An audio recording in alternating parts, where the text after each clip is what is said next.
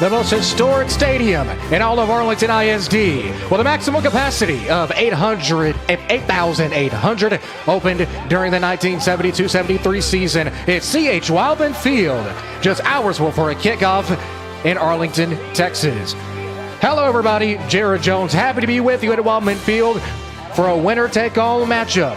It's the battle for Matlock Road, a clash of two teams that are only separated by a short 3-minute drive. It's Joe Gordon and his Arlington Seguin Cougars entering this matchup with an overall record of 6-3, district record of 4-3. Taking on Coach Shannon Hall and his Jaguars of Mansfield Summit. Overall record of 5-4, district record of 5-2. It's arguably the four best words in sports, folks. Win and you're in. Either one of these teams with a victory clinched their spot into the playoffs, and their season continues. This matchup coming out of UIL 5A Division 2, Region 2, District 3. It's a matchup that is poised to be an absolute slugfest, ladies and gentlemen. Once again, Jared Jones, happy to be with you in the pregame. We'll hear from coaches Joe Gordon and Shannon Hall. Look at the tail of the tape and much more coming up. This pregame continues after a short break from the ASM family of platforms.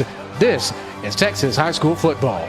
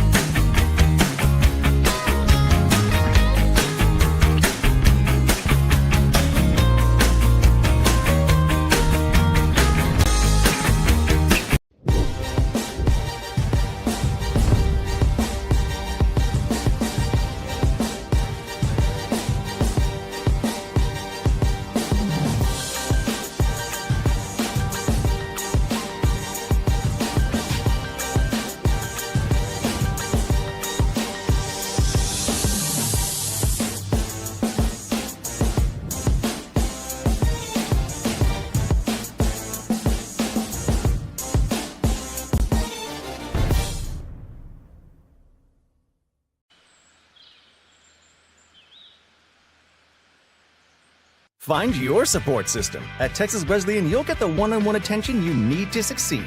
Texas Wesleyan, small classes, big scholarships. Now that's smaller, smarter.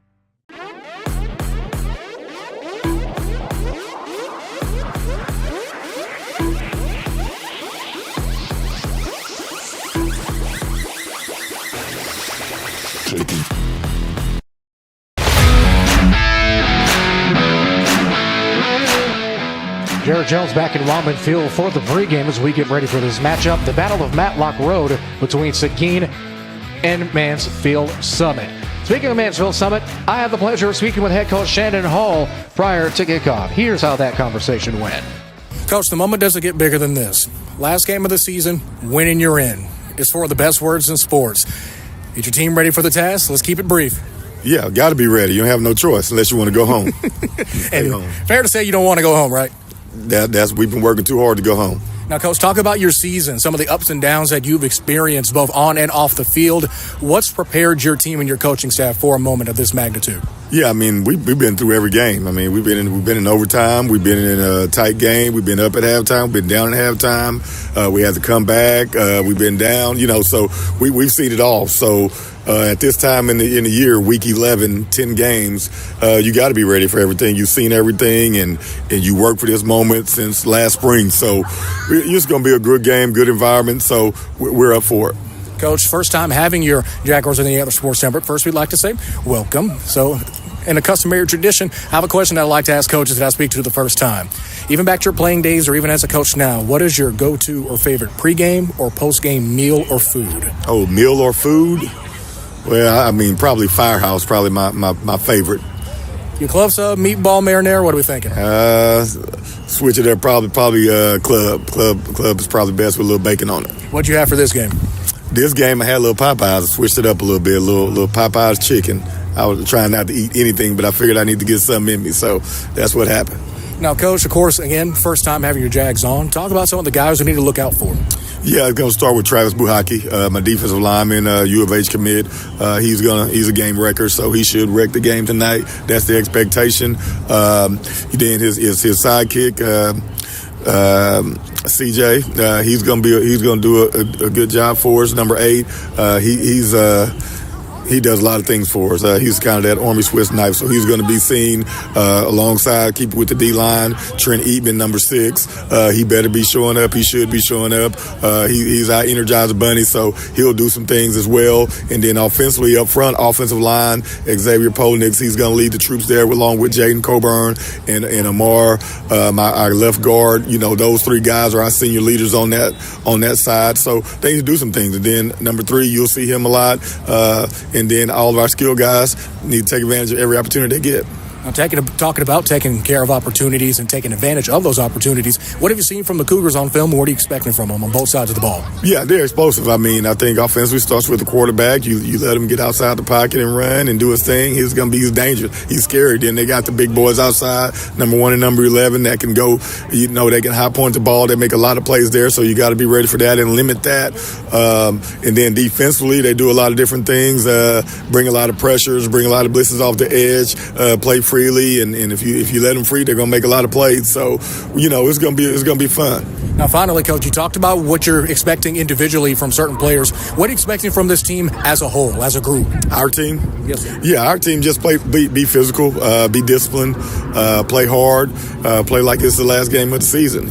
Like you don't want to go home, and leave it all out on the field, and then we'll reset and see what's next. But, that's what it's all about. I mean, it's going to be the same pregame speech on both sides, win or go home. Doesn't get any easier or better than that. So that's what it is, and we're ready. I want to give a thank you to Coach Hall and the rest of the Mansfield Summit coaching staff for helping us out and making this broadcast possible. We talked about already, you heard him just moments ago, of how important this game is, especially for playoff seeding. The way things stand, as of now, this is barring tonight's results as well as Friday night's results. Their sister district, 5A, Division II, Region 1, District 4. Currently sitting at the top of that district as of tonight are the Wildcats of Prosper Walnut Grove, Lucas Lovejoy, Anna, and Frisco Emerson at 2nd through 4th, respectively. If the season ended tonight and the district rankings stood where they are now for both the districts 3 and 4, Lovejoy will be taking on Summit. Colleyville Heritage will be taking on the defending state champion Coyotes of Anna High. Argyle will be taking on Frisco Emerson. Walnut Grove will be taking on Mansfield Timberview. Now, here's the main caveat. This is probably the biggest, I guess you could say, aspect of this game. Lucas Lovejoy could possibly see either team. They will see Mansfield Summit with a Timberview loss. They will be seeing Mansfield Timberview with a Summit loss. And Walnut Grove out of Prosper ISD will be seeing either Timberview or Arlington Seguin if they end up winning.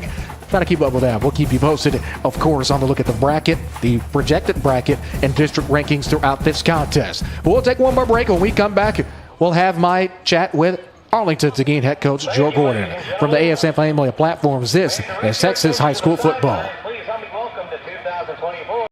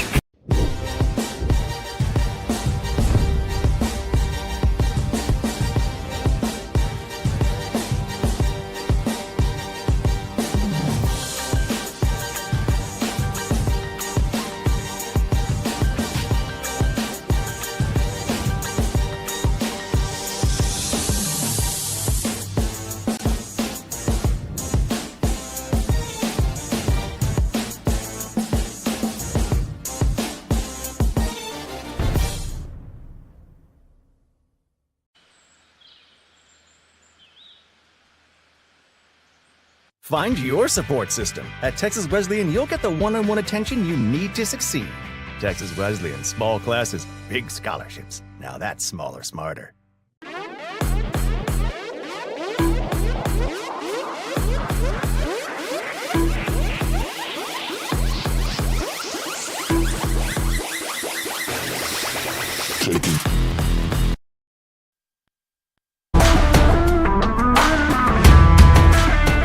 Jared Jones, happy to be with you back at C.H. Wildman Field in Arlington, Texas, for the Battle of Matlock Road between the Summit Jaguars out of Mansfield and the Cougars of Arlington Seguin. We just heard from head coach Shannon Hall from Summit. Also had the opportunity, the pleasure as always, was speaking with Seguin head coach Joe Gordon. Coach, it's the four best words in sports: win or go home. It's that simple. Doesn't get bigger than this. What's it been like preparing for this occasion? Well, it's, truly the work's been put in on the calendar year leading up to this game. Going into week 10, I think that, we've asked a lot of questions and answered a lot of questions. And I think now it's time to apply some of the latest lessons to some of the good things we've put together early in the season and see if we can't finish the way we started, being 1-0. Now, Coach, kind of get a little bit spiritual for this next one. Beginning of the week, forecast was about 50 to 60% chance of showers and storms at kickoff. Now, beautiful here at Wildman Field. Don't think any rains all the way. We'll keep our fingers crossed. You think it was divine intervention that a game like this just all of a sudden had clear conditions? Well, it's Texas high school football, and the football guys are shining on us tonight. Got a great matchup. We got great weather, and we're just anticipating a great game. Now, Coach, it is a great game. Going against the Seguin Cougars the Seguin Cougars going against the Summit Jaguars in a game that we've tabbed the Battle of Matlock Road. It's a maybe a 3 to 4 minute drive separating these two schools. Has that played into an inning? I know we had a similar discussion prior to the Timberview game, as that distance kind of plays a part into things. Do you think that same effect could be here tonight, a little bit of that rivalry?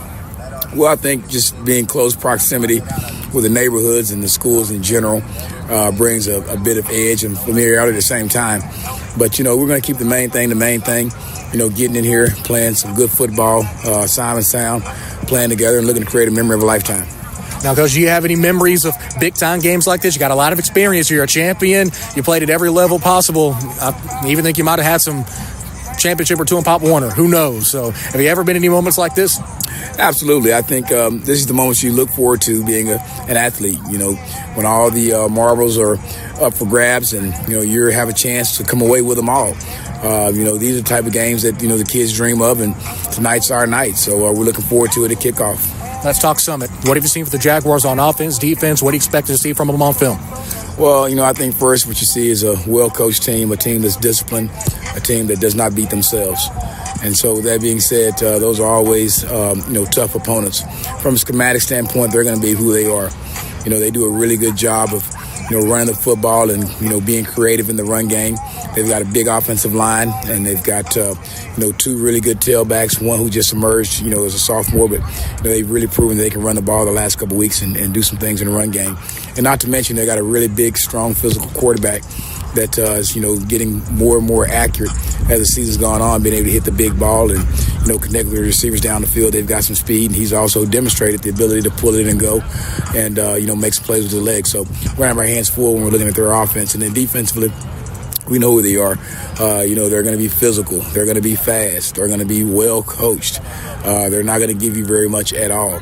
So we'll have to just make sure that we, stay true to who we are as well and take what the defense gives us and look forward to just really mixing it up and finding ways to be creative to try to put some points on the board. Now, finally, Coach, talk about practice. Any stars in particular, any guys, whether it be underclassmen or upperclassmen, that have gone that extra mile with how important of a game this is?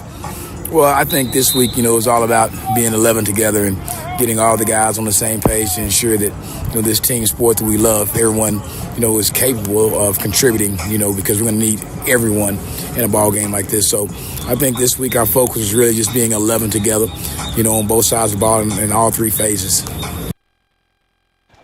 Once again, thank you to Coach Joe Gordon as well as Coach Shannon Hall for taking the time to have a quick little chat with me prior to tonight's broadcast. While we have a brief moment, let's go ahead and take a look at the tale of tape separating both of these teams. Starting with the Seguin Cougars, of course, the hosting team, averaging 35.5 points per contest, third highest mark, in district play. Mansfield Summit, on the other side, their opponent tonight, averaging 24 points per game. Seguin and the Cougars so far, of course, as we mentioned at the top of the broadcast, over a record of 6-3, district record of 4-3. The last contest was a thrashing of the Everman Bulldogs, that final score being 55-22. Gave up 22 points, and they're only giving up 16 points per contest this year. The last 5 games, 2 wins, 3 losses, looking to get that stretch of 600-500 tonight.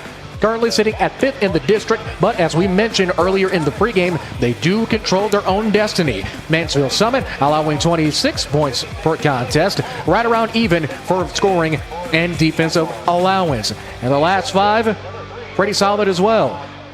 Their last contest was a blanking of those same Everman Bulldogs. That final score being 21-0. Overall record of 5-4, district of 5-2. They're currently sitting in 3rd, just like Seguin.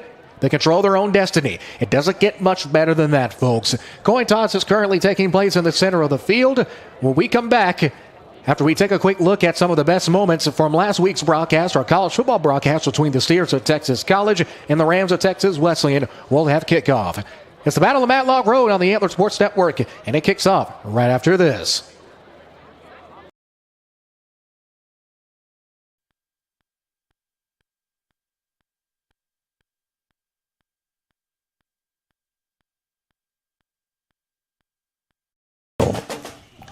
First snap from scrimmage. Gilmore gets popped at the 16-yard lines, is coming around untouched with big Daniel-eyed Morgan.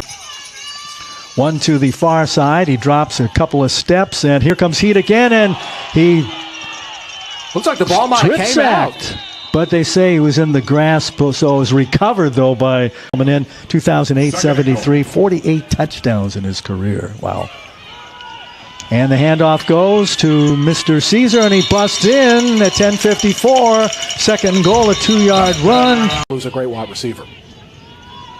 And Gilmore, the ex-Grambling player, now with a 4th and 1. They go for it, and they're not going to get it as it went straight up the middle and slanted toward the right in the Rams' front line. No, Rams Ram ball. didn't get the first down. Rams in the attacking zone now at the 34-yard line, and a complete pass out to the near sideline to Curtis. He gets shoved back after making the grab. No, it doesn't. A 2nd and 1 for the Rams at the TC 25. Here's a handoff going left. Caesar did a nice little dance to get away from the first tackler, and the second tackler he avoids too, and he finally gets slammed down at the 8. 6:44 to play, trying to add to a 7-zip lead here in the first period. Handoff to Ernie Caesar. He cut right, dives, arms up, another touchdown. So a 6th. Have it on the boat at Ray J. 3rd and 10. For Texas College, who trails 14-zip with 6:13 to play here in the first. And down again goes Gilmore. Just can't get away from the Rams. Those 3 wides, far side. Rogers a clap of the hands, 2-step drop, hangs in, throws complete at the 43-yard line. As White, the tight end, he hit him earlier. Near side for Texas Wesleyan. It was a 14-0 lead. Rogers quick snap, and he hits Bob on a slant at the 29. Cuts toward the center, 20, 15, 10, 5, and he goes! 3 scoring drives, 2 minutes and 15 seconds, 2 minutes and 19 seconds. That latest one on the Bob touchdown, 1 minute and 25 seconds. They're scoring and scoring quick. Yeah, quick punches in the mouth and a complete one-handed grab. Nice catch. They trailed 21-0. While at the far hash at the 24, Gilmore has been under heat all day. Throws a nice grab at the 48-yard line, and going out of bounds out of our view with the grab was Jalen. Clock under 2 to play here in the first frame. It's been all Rams, and fake by Gilmore, and he gets a first down as he lunges forward inside.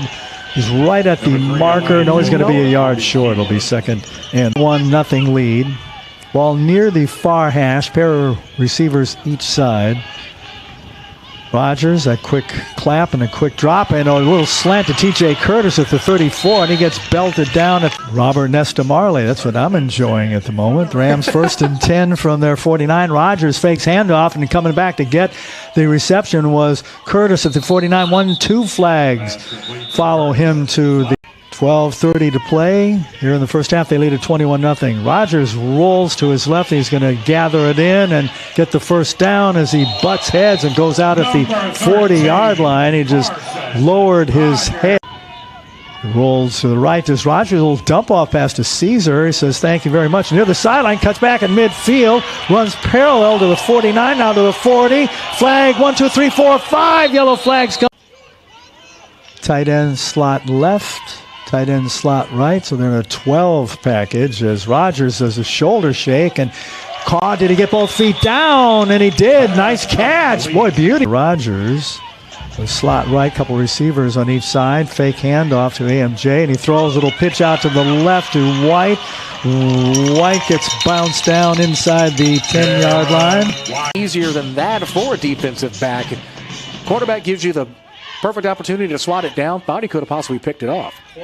When they throw the same exact play, this time Bob is the intended receiver, and he makes the grab. Throwing it out more, I don't know what it is. Yeah, they've had it in good field position a lot. And a little throw over the middle. Ronnie Schneider grabs it at the 38 and then runs out of bounds. 19-yard line as we're moving down to 5 to play in the first half. They have the 28-9.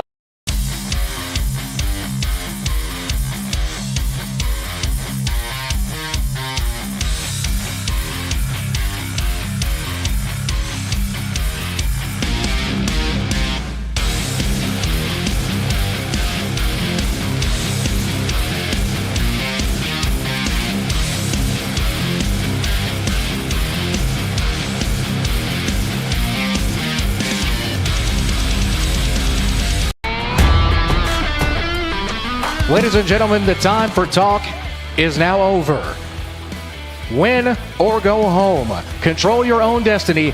Whatever cliche you want to use, it doesn't get better than this, ladies and gentlemen. It's the battle for Matlock Road at C.H. Wildman Field in Arlington, Texas. It's the Seguin Cougars taking on the Jaguars of Mansfield Summit. Seguin won the toss, elected to defer to the second half. So, of course, that's how we will get things going. And as soon as we get our first opening possession, we'll introduce starters, players to watch, and much more before the game begins. Also, want to notify all of our fantastic listeners and viewers on ASN1 and ASN Radio that tomorrow night, 7 p.m. from legendary Farrington Field right down I-20 in Fort Worth, Texas, it's the Battle of the Bonfire. Arlington Heights takes on Pasco. 7:30 kickoff, 7 o'clock pregame on ASN1. Hope to have all of you there for a matchup almost a century in the making. Set to kick things off are the Cougars. If you're listening on ASN Radio, they will be going from right to left on your respective device. Ready to put a leg into this thing and begin the contest is going to be number 31, Oscar Lopez. Lopez, the sophomore, approaches, and we are up and away from Wildman Field. High arcing kick, not a lot of distance, fielded at around the 11-yard line. Going the other way with is going to be Adrian Nettles. Nettles gets pushed out of bounds at around the 25-yard line, and that's where Summit will take over 1st and 10. Speaking of Nettles, as he leads this Summit offense onto the field, one of the players to watch. You heard from Coach Hall in the pregame how essential he is to this Summit offense. 136 rushes on the year, almost 900 yards, and fair to say he might eclipse that in this one. 6.5 yards per carries, 9 rushing touchdowns, 3 receiving touchdowns. A young man that can honestly do it all. Recently had a visit to Texas A&M University. Member of the class of 2026. We'll get to starters in a brief moment. It's going to be a run to the outside and going absolutely nowhere for an almost negative yardage, I believe. It's a loss of 1 on the run at 4. Summit is going to be Namaris Bird, the junior quarterback. Speaking of Bird, here's how his Summit offense will trot onto the field. Bird is out there with Dadu at running back as well as Nettles, the dueling backs. Zayden Smith and Ian Geberhardt, the wide receivers. Xavier Polnitz at left tackle. Daniel Aycock at left guard. Jaden Coburn at center. Omar Abukanfar at right guard. And Caleb Roach at right tackle. It's going to be Nettles breaking to the outside along the numbers. Pushed out of bounds at the 25-yard line. Didn't get much more than that. They'll mark him at the 26. So now a big third down coming up. Let's mark it. Let's say 3rd and 10. They'll give him 1 yard, but not more than that. 1 yard on the rush. We've played just under 1 minute in this contest.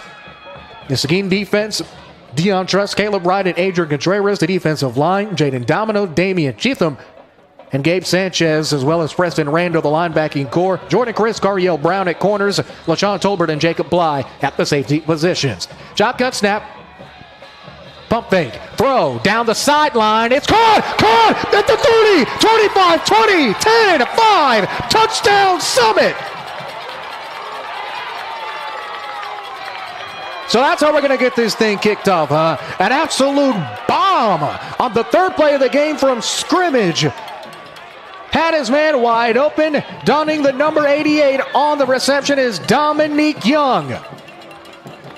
Young, the junior wide receiver, getting things started. And now we have 6-0. And we have only played 1 minute of football, folks. Here to boot the PAT is the sophomore kicker, Randy Hatcher. Hatcher takes a snap. The kick is through and true. We have played 1 minute of football, and we already have massive plays. Back after this in 1 minute. 7-0 Summit on the Antler Sports Network. It's Chance Ducote, and I'm the pre-owned sales manager at Moritz Chevrolet. The Moritz Promise is a lifetime warranty on the engine and transmission that's given to you at no cost. It's good for the lifetime as long as you own the vehicle. As long as the car's 10 years old or newer and has under 100,000 miles when you buy it, it's going to come with that. It's going to cover everything, all your lubricated parts that's part of your engine or your transmission. Come see us today at Moritz Chevrolet, home of the Moritz Promise. Not only is it going to give you a lifetime warranty, it's going to give you peace of mind and confidence to buy with us.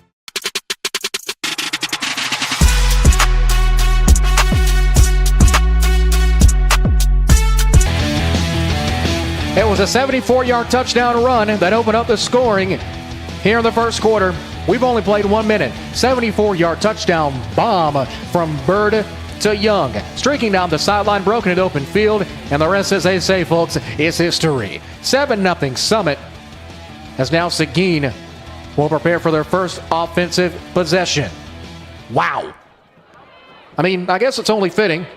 It's a rivalry game. Teams separated by 3 miles. Winner clinches a playoff spot. So I guess it would only be fair that a game of this magnitude would have such a big play to open things up. Hatcher will tee the ball up at the 40-yard line from the right hash. Possibly a pooch kick coming up. It's a high arcing kick, not a lot of distance though. It's going to be returned at the 25. It's going to be Mesh. Mesh jukes along the left side, along the left hash. Ball comes out. Football comes out. Summit says they have it. Waiting on the official ruling, and they do. It's Summit football. Holy Toledo. Mesh ended up on the return, as you can see on that second spin on Mesh. He was the one that ended up coughing up the football, and now already up 7-0. Summit will take the football back, 1st and 10 with a prime real estate already beginning in Seguin territory. 10:53 left to go, but one thing to note, folks, back at around the 45-yard line, there is a penalty flag.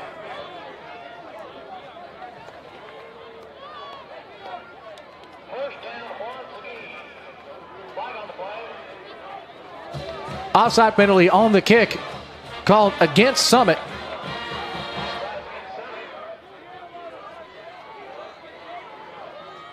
Question is, they end up, that question is answered. Don't even have to ask it. Ball will be placed at the 38-yard line. So Seguin will keep the football. Crisis averted nonetheless. We'll introduce their starting offense in a shake. Keep them in motion, moves over as a tight end. It's going to be a handoff to Mesh. Mesh gets down low, pushes forward to the 45-yard line. Flag is thrown again.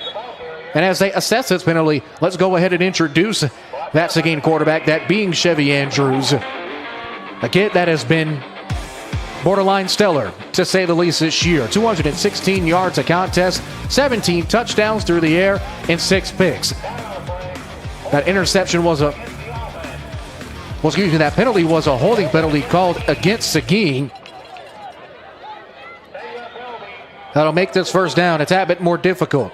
First down and around Duncanville to go, folks, or Cedar Hill, if you'd like to call it. 10:48 left to go in quarter numeral uno. Clock will roll. Andrews in the gun, has a tight end, 2 out wide. Brown, the man in motion, moves over to a slot. Snap, it's going to be a handoff. This time into the open field, looking for room is Jimani Smith. Smith at midfield at the 45-yard line. Big time play. Move the sticks. That penalty meant absolutely nothing, at least for the Seguin offense. Gain of 23 will be first down and 10. As Smith typically plays a little bit of receiver, this time in the backfield, taking the handoff from Andrews and making things happen, folks. Ball is at the 46-yard line. I want to give a shout out to our public address announcer here at Wadman Field, Mr. Yadi Pagan. We'll hear from him in the discussion I had with him at halftime, a graduate of Arlington Lamar High School. Brown back in motion. Keaton the tight end. Andrews, play action, drops back, fake ball, sideline, caught, 5, touchdown Cougars! Andrews hit play action, rolled out to his right, had his big target, the 6'5" Carterius Brown, the 3-star SMU commit. Then the top 100 of receivers in the nation, and you see why there. Massive play. And now a PAT away from tying this thing up with 10:20 left to go in the first period. Both teams are ready with offensive explosions to start this game. We haven't even played 2 full minutes of football. It's still 10:20 left to go in the first. Lopez to line up the PAT. Smith is going to be the holder. The snap, it's blocked, batted down. Smith looking for it. Summit picks it up. No one's going to be Seguin who falls on it. However, they will go into the kick with a massive play just moments ago. Home run ball hauled in from Andrews to Brown. A connection we've seen pretty much all season long that gives us our score with 10:20 left to go. It's 7-6 Summit on the Antler Sports Network. Miss Chance to Cody.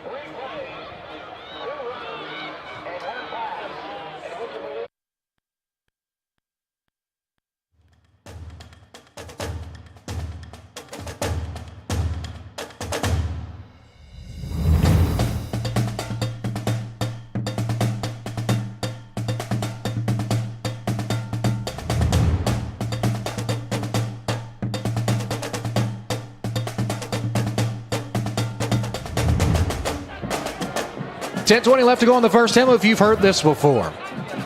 An absolute bomb from Andrews to Carteris Brown. Before kickoff, take another look here. An absolute cannon for an arm for Andrews. 45-yard touchdown bomb. That gives us our current score of 6-7. Lopez booting things away. We are back up and running. Sky high kick bounces out of bounds. Yellow Hanky will throw, and as we have this moment, let's go ahead and introduce our officiating crew for tonight. White hat referee is going to be Kevin Bell. Curtis Millett, the umpire. Jason Bruck, the side judge. Head linesman is going to be Michael Miller. Field judge is Andre Mulinax. Line judge Stephen Grayer. Back judge George Davis. I want to give a thank you to all the officials out of the Fort Worth Football Officials Organization for taking the time out of their busy schedules to officiate this game. The Antler Sports Network thanks all referees across the state of Texas, across all high school and collegiate sports. One thing to note, funnily enough, one of our officials for tonight, funnily enough, the umpire, Curtis Millinet, for the first time I've ever seen, has his own referee trading card or playing card. How about that for trivia? 10:20 left to go. Summit will take back the field on offense after a 74-yard touchdown pass to Young. Is now with it is Bird in the gun. Delayed handoff and immediately met behind the line of scrimmage. Big time tackle. TFL is going to be made by Seguin's number 90. That's Adrian Contreras, the junior defensive lineman, getting into the backfield, making the big play. They're going to mark it as a loss of around 3. Second down and 13 coming up for the Jaguars. Check that, make it second down and 12. Let's to take another look at the TFL. This is the only district game taking place tonight. The other 3 contests on Friday, we'll get to those in a quick second. 9:40 and counting left to go. Bird drops back, looking to go deep again. Flushed out to his left, throw on the run. Got a man across the side, and it's complete. Cut off the 45-yard line. Catch is hauled in by the Jaguars, number 16, Jaden Smith, the sophomore. There's now a fresh set of downs coming up, knocking on the door of Seguin territory. The district games tomorrow. Burleson will travel to Everman to take on the Bulldogs. The Colony will be at Argyle. Grapevine will be at Colleyville Heritage in an inter-district grudge match. All 3 of those games kick off at 7 p.m. Central. After the gain of 14, it's going to be first down and 10. Handoff back to the outside and across the almost to the left hash is going to be Nettles on the run. Nettles doesn't get very far, maybe a gain of 3, making it second and around 7 to go. Nettles currently leads 5A Division II Region 1 District 3 in rushing yards as well as rushing touchdowns. That being on a per game and season basis. Solid year for the young man. 155 carries total, 947 yards, 105 yards a game, 11 house calls. Bird drops back, looking to his right. Loft ball to Nettles. It's caught! Caught in front of the Summit sideline at the 30. He does haul it in. First down once more. We see Nettles doing in the backfield now as he gets brought down at the 30-yard line. 25-yard reception will move the chains once again. First and 10 for the Jags. 8:43 left to go. Nettles did get out of bounds, so the clock will halt. 14 seconds on the play clock. 3 out wide, 1 slot. A tight end in the back for Bird now as he's in the gun. Shotgun snap.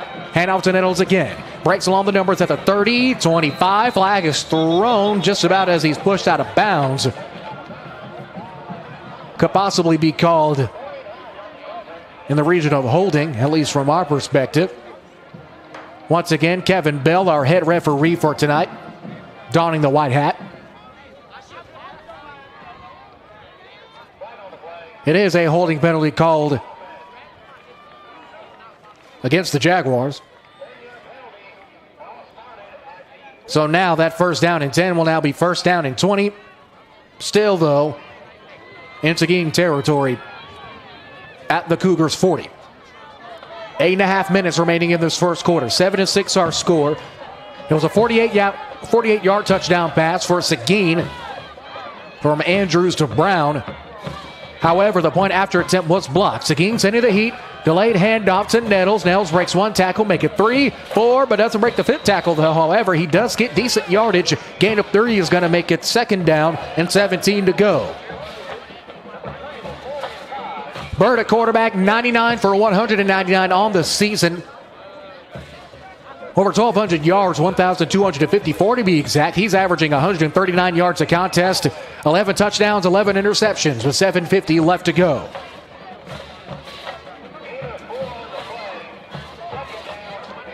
Summit with a win.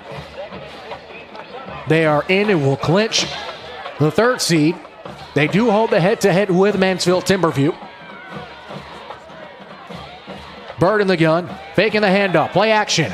Lays it deep along the left side. Caught! Touchdown, Summit! Oh my goodness! Bird goes in the back of the end zone with a huge throw. And guess who? Once again, Dominique Young, his 2nd touchdown of the game. A 36-yard touchdown heave makes it 13-6 with 7:25 left to go. Wow. It has been the Bird and Young show so far tonight. The snap, the kick, hold is through and true. And now our new score with 7:25 left to go. I told you before the broadcast started, folks, expect a shootout. That's exactly what we're getting, and I wouldn't expect or want more. It's a battle of Matlock Road. Heck of a game so far. 14-6 Summit. Back in 30 seconds on the Antler Sports Network.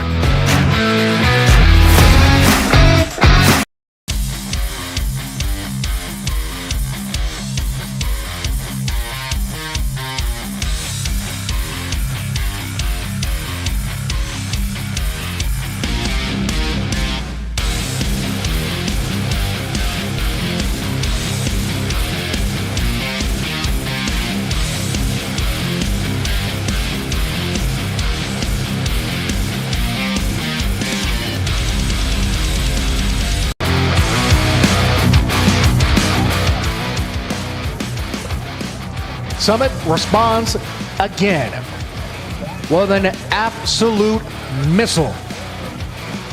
Guess who? From Bird to Young. Their 2nd touchdown connection tonight. This one, a perfect placed ball in the back of the end zone to give us our current score. Thatcher, high arcing kick, not a lot of distance. It will be fielded at around the 25. With a lane, it's Brown. Brown with a burst out around midfield, gets pushed out of bounds at around the 49-yard line, and that's where Seguin will take over 1st and 10. With 7:20 left to go in the first, they're down 14-6. And a game to, if you like it, nice simple plays from the line of scrimmage, go ahead and turn off your respective device, folks. We got nothing but big plays around here. Back onto the field is the Seguin offense. They're led by Chevy Andrews at quarterback, Kadarius Trotter at running back. The previously aforementioned Cartarius Brown, Cohen Peeler, Malachi Mesh, and Imani Smith at wide receiver. Braylon Johnson, Ramon Villarreal, Jaden Robinson at center. Justice Wright and Chris Edwards round out the offensive line. 1st and 10, ball's at the 48-yard line with 7:20 left to go. It's going to be a handoff with a head of steam and pushing through. Gain of around 4 or 3. Waiting on the official spot. That's going to be a hefty run by LaShawn Tolbert. By Kadarius Trotter, that is. Bit of a scrunched up number there. That is indeed the sophomore Trotter. Gain of 4 is going to make it 2nd and 6 to go.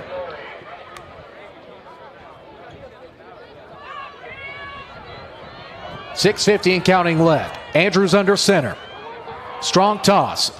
With a head of steam, breaking to the outside and getting wrestled down is Tolbert. Right in front of the Summit sideline. Massive loss. That's going to be a loss of 4 and sending them back to where they were. Hall on the hit. They're going to send them back to the original line of scrimmage at -1. As we've crossed 6.5, it's going to be 3rd and 11 coming up.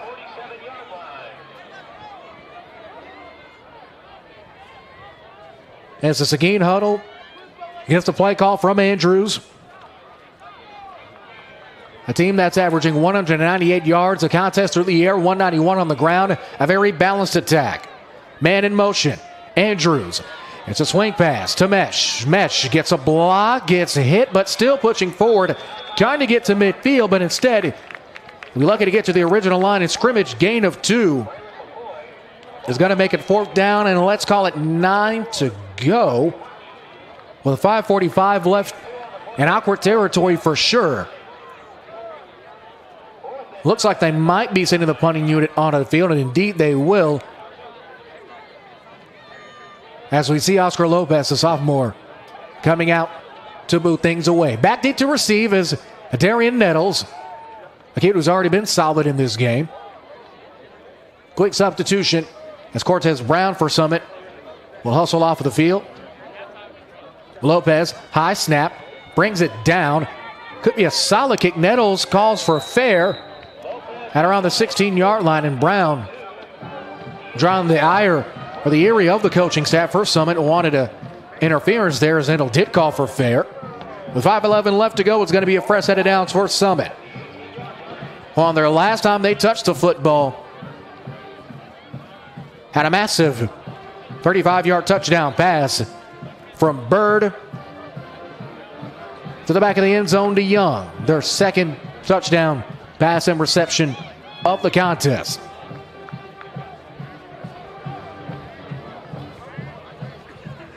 At Summit, you see Young there at the bottom of your screen, the lone receiver along the numbers. They have 3 out wide, 1 slot receiver, that receiver being Cortez Brown. It's going to be a handoff to Nettles. Nettles takes a stutter step and gets brought down. Gain of 1. And one thing about this Seguin defense so far, they've been pretty solid in stopping great running backs. We've seen how they were able to stop the backs of Timberview until the second half of the game when both teams were, fair to say, extremely gassed. I'm sure if our own Zach Arnold was here, he would echo that sentiment. They'll call it maybe a gain of a half a yard. No, they'll say no gain. 2nd and 10 coming up. With 4:42 and counting left to go. Same formation, 3 out wide, a tight end in the back. And dropping back is Bird. Bird looking for the quick pass. Right behind him. Ball comes out. Falling on it. Seguin might have it. They say they do. Waiting on the official ruling. Yes, Seguin football. Another turnover is another turning point. This time on the side of Seguin, as they'll take over 1st and 10, well within the Summit red zone. So you pretty much consider that entire defensive drive almost like I guess you can say an extended punt. Not too sure what you could call that, but what we know we can call it is 1st and 10 Seguin in prime territory. 14-6 our score, 4:32 left to go in the first period. Ball is placed on the 12. Seguin's offense, if you're listening on ASN radio, going from right to left on your respective device. Andrews in the gun, has 3 out wide. Brown notably to the left side of Andrews. Handoff, Smith, end zone, touchdown, Seguin. It's a quick 12-yard rush into the end zone for Jimani Smith. He's listed as a receiver, but so far tonight, he's doing it all. Fantastic game so far in the early going in the backfield as he caps off probably the quickest drive of all time with a touchdown rush. Can bring things down to 1 with a successful field goal kick. And it looks like the offense back onto the field. This is an aggressive call from Coach Joe Gordon and company. They're going for dose. 4:27 left, and a flag is thrown. Don't know what the possible call could be with 4:27 left to go. As the ruling, it's going to be too many men on the field penalty called against Seguin. That will make things just a tad bit more difficult. 5-yard penalty will be assessed on the PAT. Still an opportunity to tie things up. On Seguin's last touchdown, the point after attempt was blocked by Summit. However, Seguin did recover and no extra yardage or points were gained. As now Coach Joe Gordon pushing back at sideline, having a quick quick chat with the officiating crew. As Andrews now still looking to the sideline for a substitution. Does have 15 seconds left to get a playoff. Andrews is under center. Man in motion is going to be Mesh. It's going to be a toss. Smith into the open field. It's in for 2. And now, folks, we are back level. Our score, with 4:27 left to go in the first, it's 14-all the Battle of Matlock Road. Back after this on the Antler Sports Network. I'm Tori Kennedy, and this is my sister, Issa Gilmore. and it pays to sub in Arlington ISD. My favorite part about subbing is just the different types of experiences you get. Getting to work with different age groups really let me experience working with younger kids and older kids and kind of figure out where I wanted to work. I felt like it was really good experience just to kind of be on my own in the classroom and being able to get that teaching experience that I would use later on in my career. It pays to sub in Arlington ISD.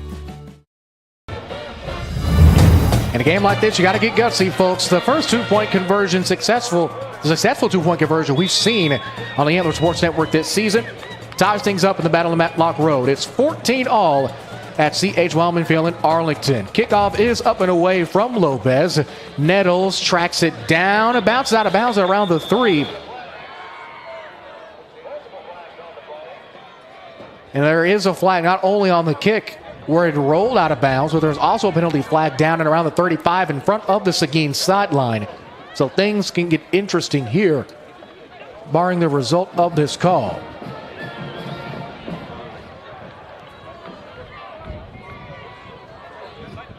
It will be a penalty assist against Seguin, of course, with the kick out of bounds.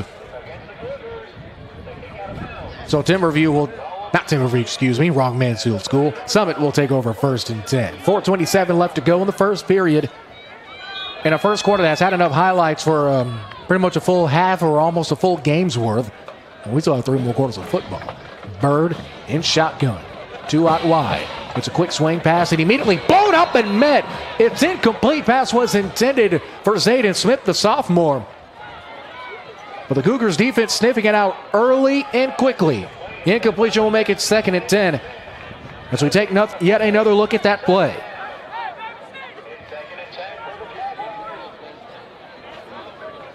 The Jacks coming into this one.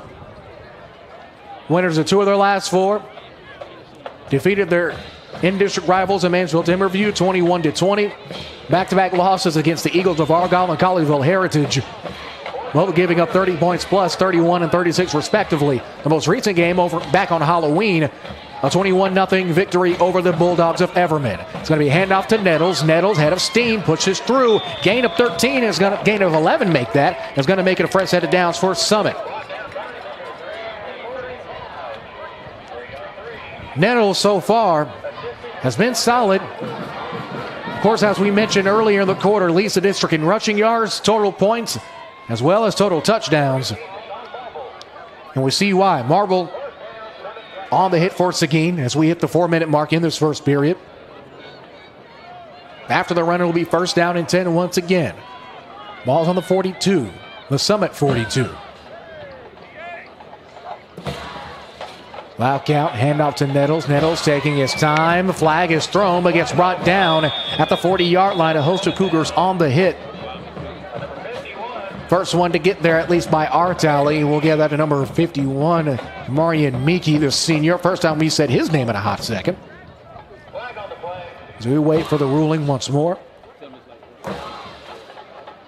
Our white hat for tonight is going to be Mr. Kevin Bell.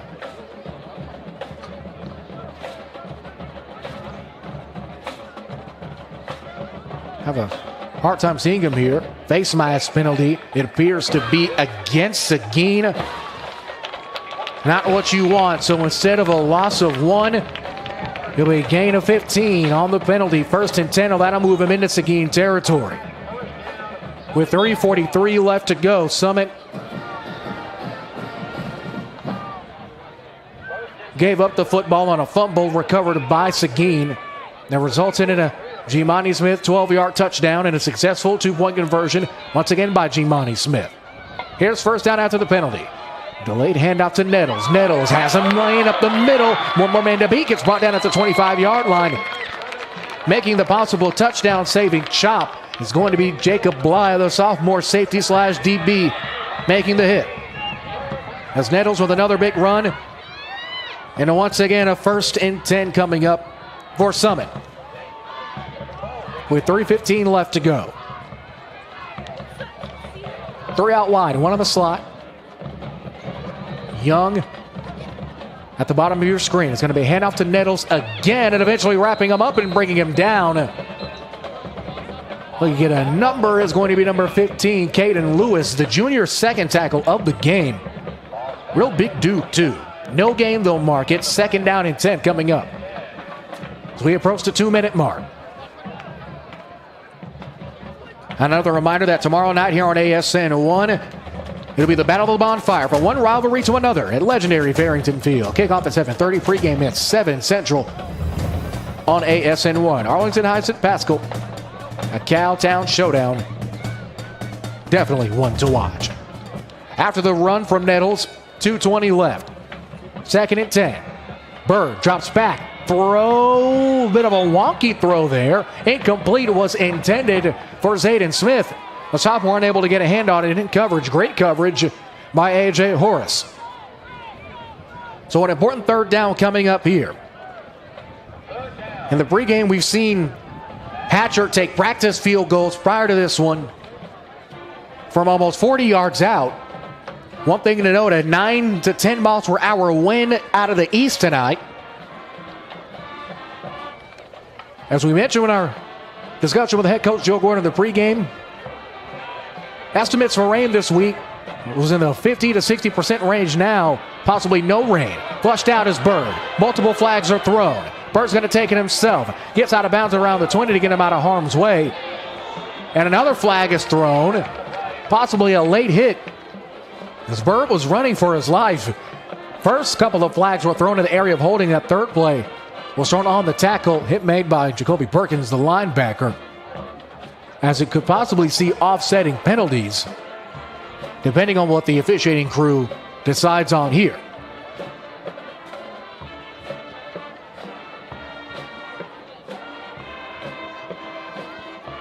Still waiting. Now the headline judge, well, the side judge, Jason Bruck.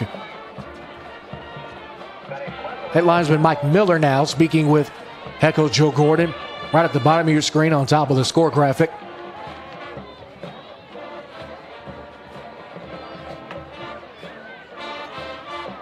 As we suspected,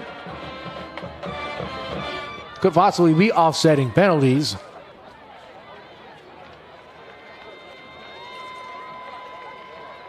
Holding penalty called against Summit. That will be 10 chopped off. And an illegal hit out of bounds. Related ball penalty called against Seguin. That will take precedent over the holding penalty.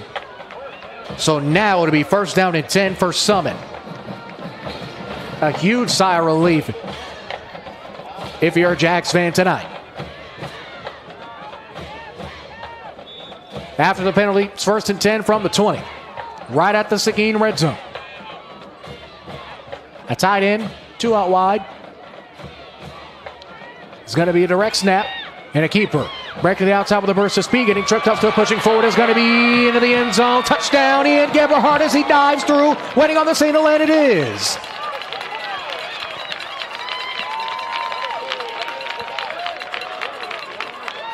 Ian Gebhardt, the junior wide receiver, breaking to the outside, breaking multiple tackles. Almost got tripped up at around the 1st down line to gain, but instead gets in for 6 and expands the lead with 2:02 left. It's 20-14, barring the point after attempt. The least eventful touchdown we've seen tonight. That's definitely saying something. Seen a lot of big plays, a lot of scoring early. This thing's looking like a basketball score, and we still have 2 more minutes remaining in this first. The snap, the hole, almost blocked. The kick, it is bueno. Our new score, with 2:02 left to go. After the Gebhardt touchdown carry, it's 21-14. Back in 30 seconds on the Antler Sports Network.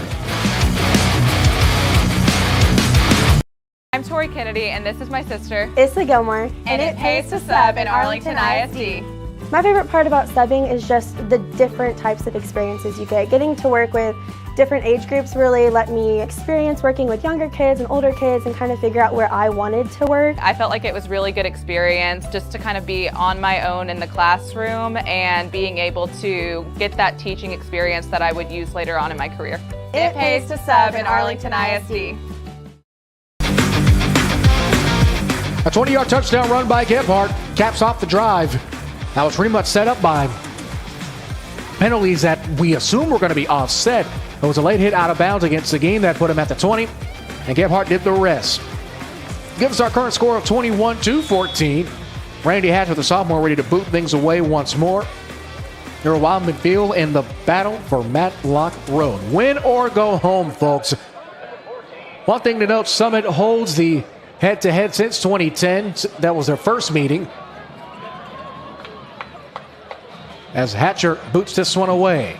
It's caught by Mesh at around the 15. Breaking to the outside. Has a possible block if he can get to the numbers, and he does. To the 35-40. Pushed out of bounds in front of the Summit sideline. And that will mark it 1st and 10 for Seguin. Once again, with pretty solid field position. Summit fans right below us wanting a holding call. However, I do not see a yellow hanky on the field. And now Coach Shannon Hall giving an earful to line judge Stephen Grayer. As the Seguin offense trots back onto the field, looking to respond to that 20-yard touchdown by Gebhardt.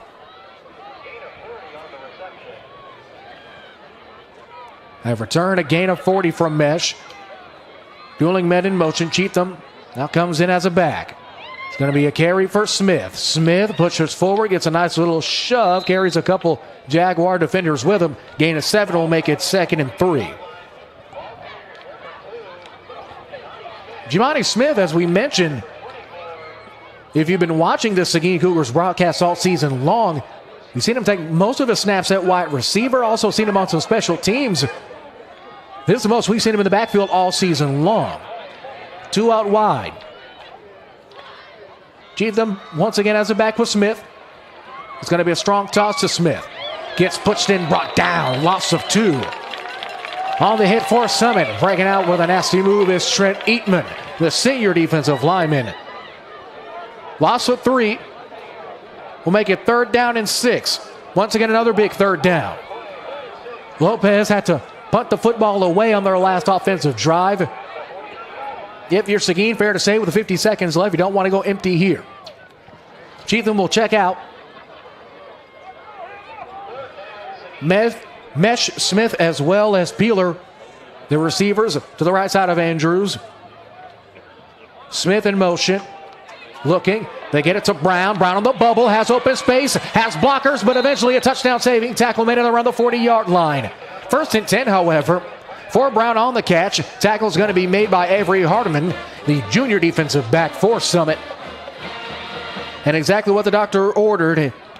As Seguin's offense will quickly head back to the line of scrimmage. Heavy package coming in for Seguin. It's going to be Davian Cheatham as well as Kadarius Trotter.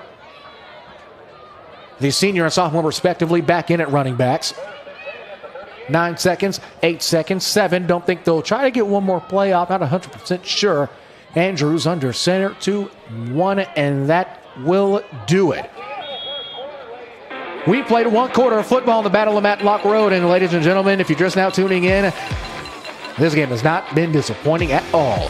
Sum it up, 21-14 in Wildman. Back in 1 minute on the Antler Sports Network and ASN Radio.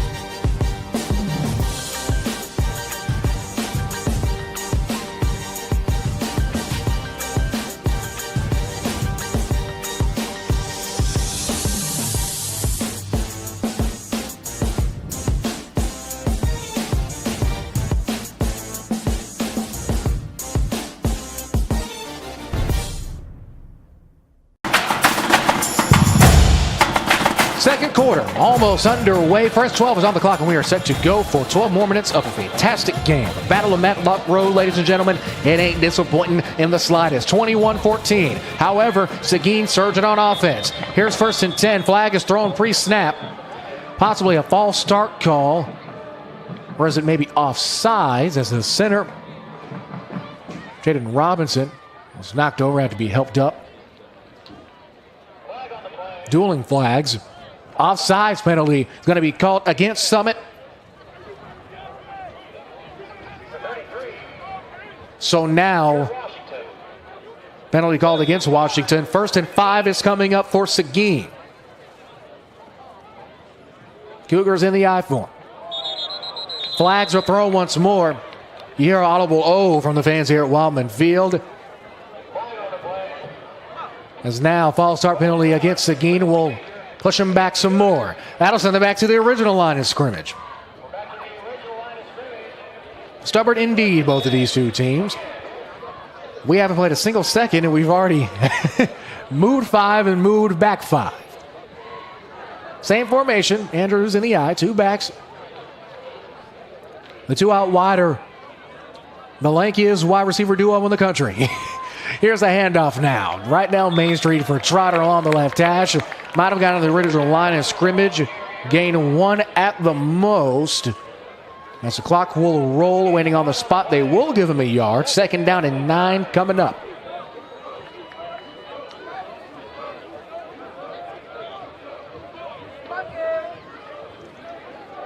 A win for Summit will match them up against Lucas Lovejoy.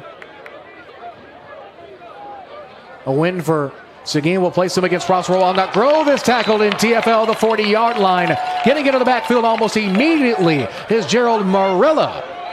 The thrill by Marilla with 11:11 left to go in the first half of play. As that's really the second time, at least but to my recollection, that the heat sent by the Summit defense has worked pretty much to perfection. That loss will knock him back a yard. It's into the original line of scrimmage. 3rd and 10 coming up. Ball is placed on the 38-yard line. Andrews drops back, looking to throw. Scott out, man, and it's incomplete. Not enough on that one. Mesh the intended target across the middle. Had him wide open on the post, but just not enough on it.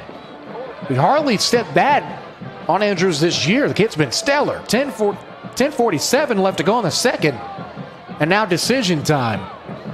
As to what offensive play call is coming up here.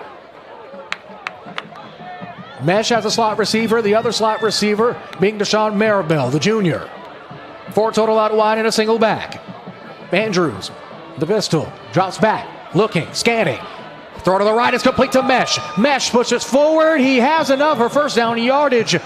And a big-time play. Clock will stop momentarily to move the sticks with 10:42 left to go. Matchup play by Mesh. Pretty much the same receiver concept, at least receiver tree concept. Mesh slanted in across the middle of the field. We've seen that there all season long for Mesh, although he is a bit smaller in stature than the average Seguin receiver. He's extremely nimble on his feet with 10.5 now and rolling as the clock continues to move. Once again, Peeler and Brown wide. Cheatham and Trotter the backs. Faking the handoff. Andrews looking, steps up. He's going to do it himself at 15. Flag is thrown at the 10. Pushed out of bounds at around the 10-yard line. However, do not think that yardage will stand. As Bell gives a quick stretch as he prepares to deliver the call. Most likely going to be holding. And indeed it is. Holding penalty called against Seguin. That will send the Cougars back to the original LOS. 10-yard loss on the infraction will make it 1st down and about Grand Prairie's Airport to go. Ball's on the 33. 10:18 left to go in the first half. Speaking of the half, at the conclusion of half number 1, we'll hear from the Wildman PA announcer and Arlington Lamar graduate, Mr. Yadi Vagan. You've heard his voice all season long if you've been tuning into these Seguin broadcasts. It's the voice of Wildman. We'll get his thoughts on the district as a whole as we're here at playoff time. and some other topics. Even have him head down memory lane. It's an option. Keeper for Andrews. Andrews spun down at around the 31-yard line on the spinning tackle for Summit. It's going to be number 38, Cameron Hall, the sophomore's first tackle of the game. Not the most yardage, though, by Andrews on the run. It'll be 2nd down and 18. After a gain of 2, they'll mark it.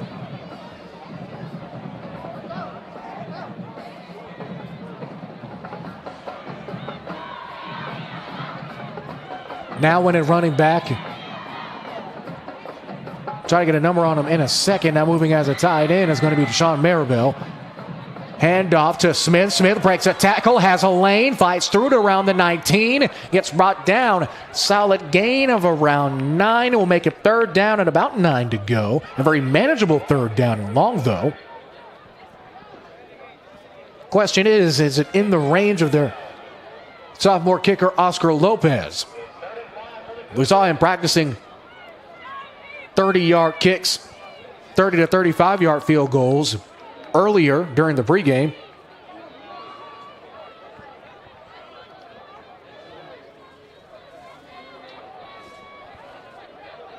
As now with 8:55 left to go after the Smith run. 3rd and long. Andrews flushed out. Rolls. Looking. Dives forward. Pushed out of bounds and still going through. Taking out a couple of the Summit cheerleading megaphones with it. But it was Shawn Michaels' Sweet Chin music kick. However, this ain't WWE. This is UIL football. They'll mark it at the 15. It'll be 4th down and short.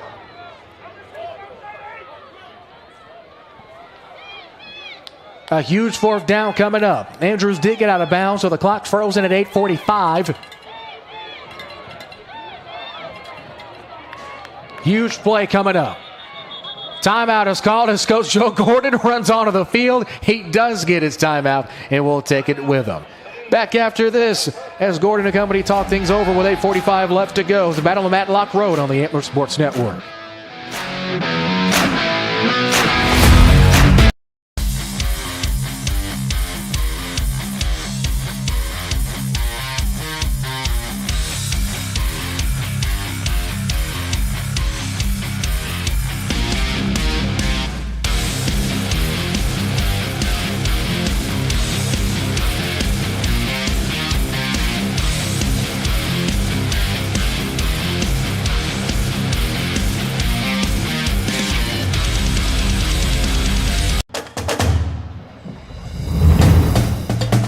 Battle of Matlock Road, Seguin Summit here at Wildman.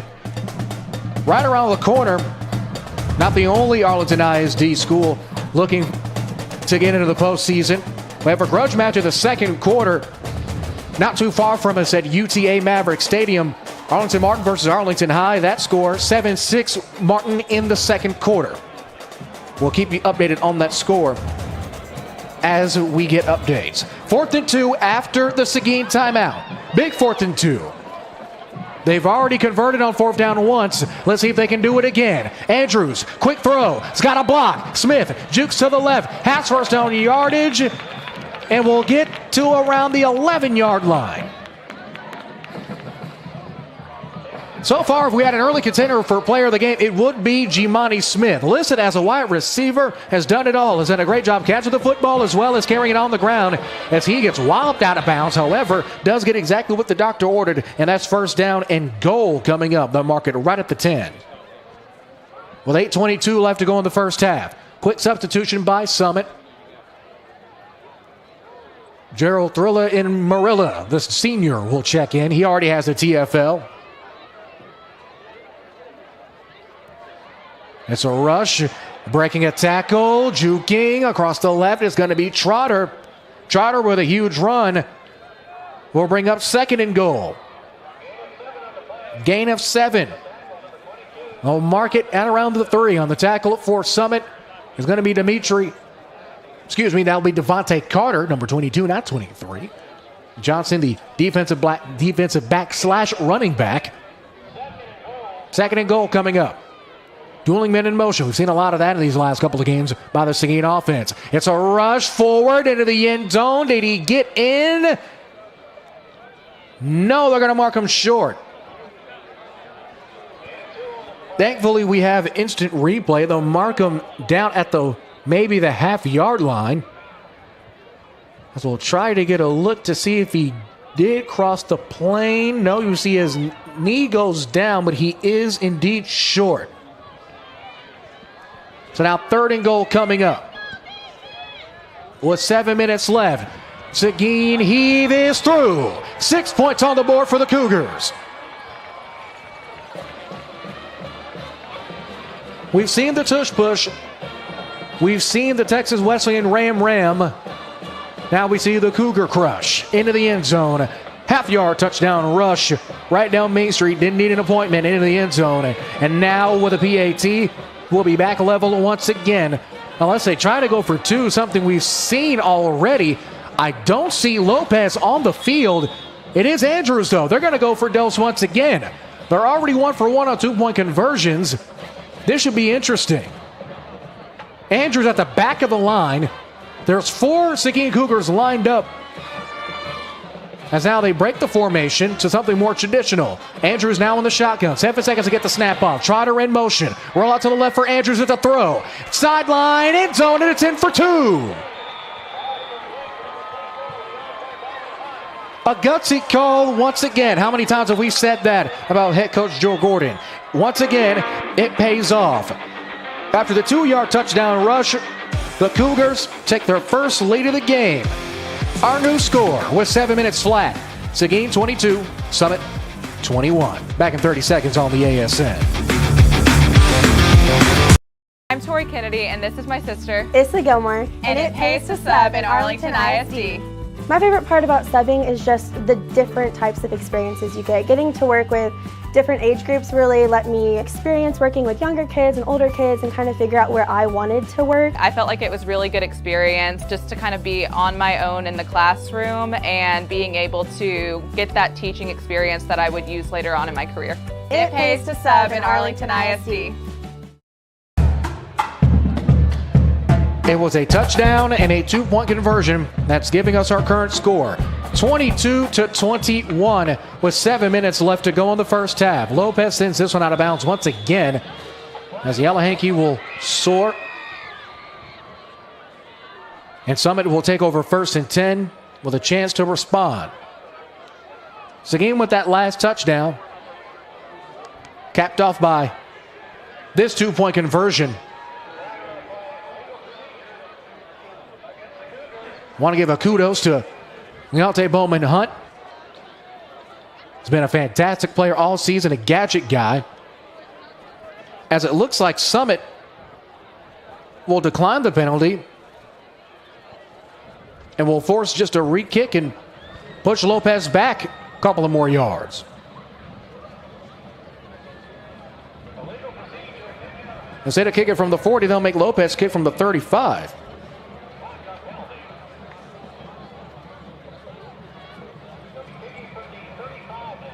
As Lopez gets ready to approach it, we'll be booting things off from the inside portion of the left hash. This one's a line drive kick. Solid distance. Out of bounds. Again, it lands at the 1. Back-to-back kicks out of bounds. As I don't know if Summit will force the re-kick again.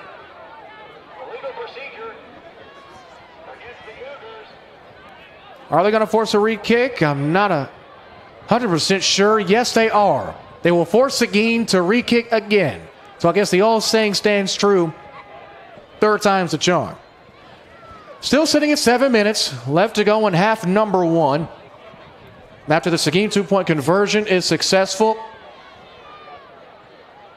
Still waiting on the Lopez to set things up. So pushing back 5 more notches. He'll boot things off from the 30-yard line. Back deep to receive for Summit. Man already has a touchdown. Ian Gebhardt as well as Aiden Smith. As Lopez gives the All good to the left side of the formation. This one, a line drive kick. Got the distance. Is nailed by Gebhardt at the 20, and this will stay in bounds. Gebhardt with a lane pushing through down at the 40-yard line. Solid return of around 20. And now someone will take over 1st and 10. With an opportunity to make a huge play before halftime. While we have a moment, taking a little look at the district standings going into tonight's contests. Argyle sits lone atop 5A Division II District 3. Already clinched the district title. Colleyville Heritage has already clinched the 2 seed. Mansfield Summit and Arlington Seguin at 3 and 5 respectively. Winner takes the 3 seat, loser takes the 5. Mansfield Timberview already locking in the 4th. Burleson, the Colony, Everman, and Grapevine respectively, all mathematically eliminated.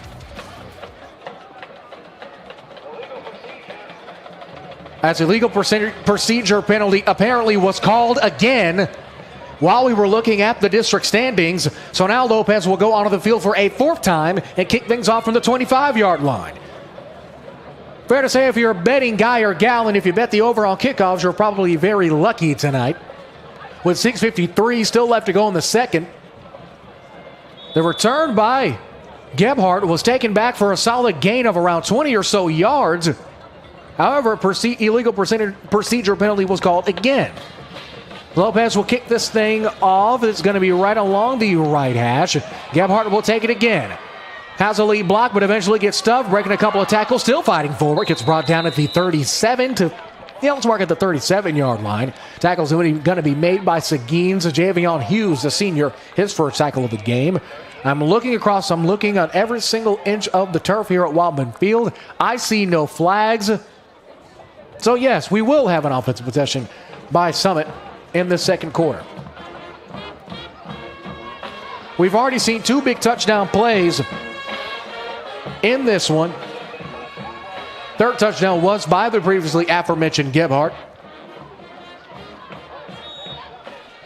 One of those touchdowns was one of the first plays from scrimmage as we take another look at the very beginning of the game on the opening drive. It was a massive play, but we'll see the rest of in a brief moment. 1st and 10, it's going to be a lane. It's Nettles, an open field at the 40-yard line, still pushing forward, spins, gets an extra yard or 2 to go with it, and a side of fries. 29-yard rush by Nettles. A hard-fought 29 yards by Nettles will move the chains 1st and 10. As Nettles has been solid in this game. Nettles, the district leader in rushing, statistically the best running back in the district, has visited Jimbo Fisher and Company at Texas A&M University. It's a handoff to Nettles again. Nettles breaks along the numbers at the 35, pushing forward, knocking on the door of the 30. Is going to be marked short. Gain of around 8 will bring up 2nd down and short. But a flag is thrown back at the line of scrimmage in the realm of holding. Don't know what it will be, though.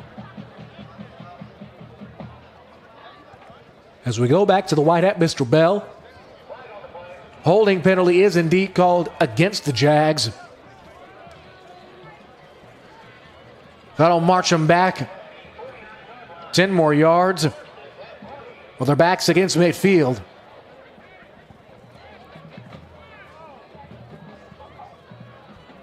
Now 1st and 10, they'll try it again with 6 minutes and counting left. Once again at the half, we'll have a talk with the announcer here at Wildman Field, Mr. Yadi Pagan. You've heard his voice all season long. Hand off to Nettles, understandably so. Breaks the lane across the middle after crossing the left hash. Gets to the 35-yard line. A solid gain again. Gain of 14. We'll make it 2nd down and around 5 or 6 to go.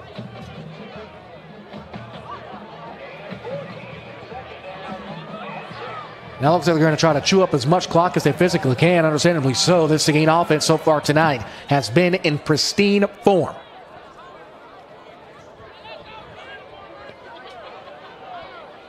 As you see at the top of your screen, man who's already caught 2 touchdown bombs, Mr. Dominique Young.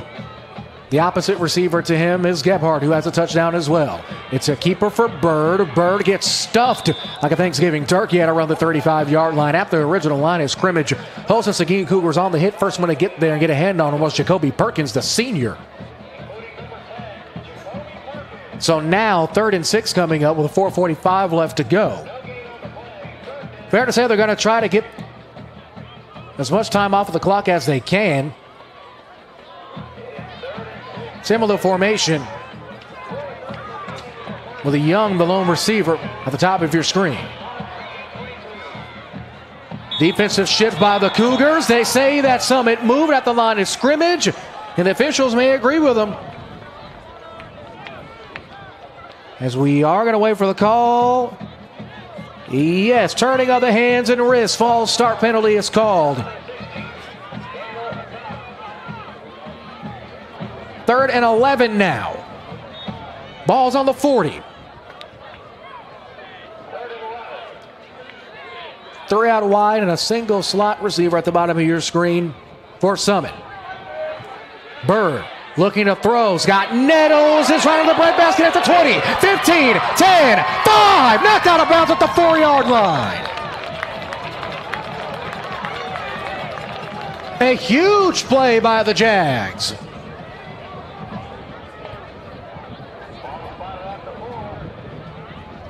Wow, 36-yard play. Great job by Burt to extend the play. They did say he was in bounds, though. Either way, it's first down and goal coming up with 3:15 counting left to go in the first half. Summit threatening.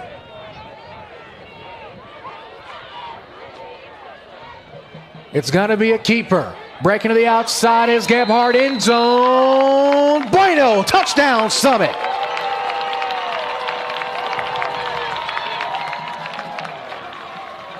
Gebhardt's second touchdown of the game in short territory with 3:37 left to go. Simply breaking to the outside using his blocks and getting in for 6. As we now await the point after attempt. Once again, is Hatcher. Hatcher's definitely getting his money's worth tonight. Awaiting the snap. High snap. Hold. Kick. Up. Through. And true. Summit takes the lead back with 3:37 left to go in this one. And a game that, folks, still has not disappointed. After the 4-yard Gebhardt touchdown run, 28-22. Back in 30 seconds on the Antler Sports Network and ASN Radio.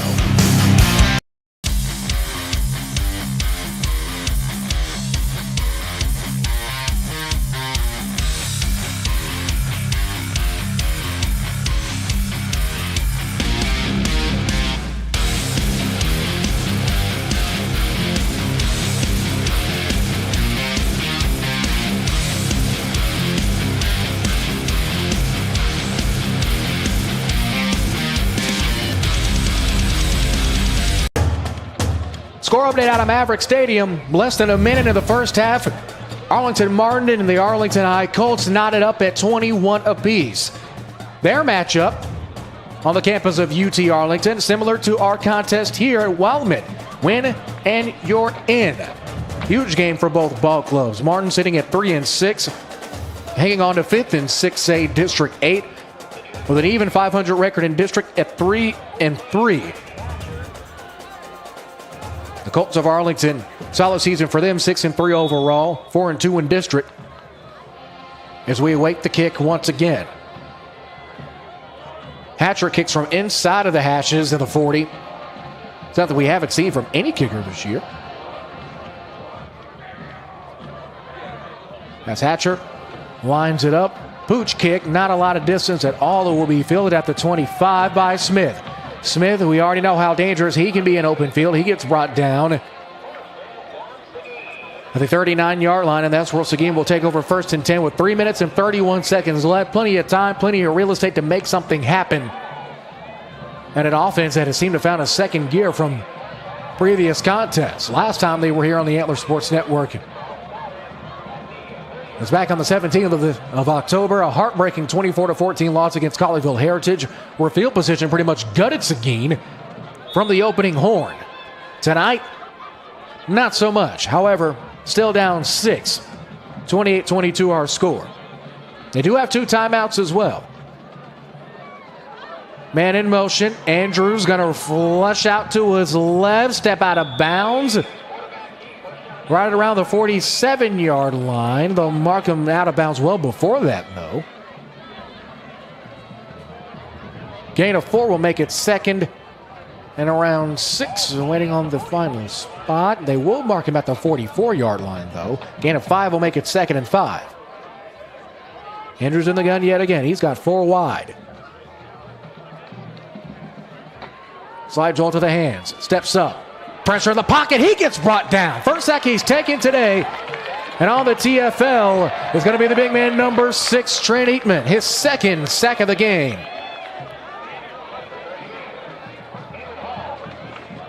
Eatman has been stellar in the pass rush for this Summit defensive line. And that loss of 6 will make it 3rd down in a country mile. With 2:50 left to go in quarter number 2.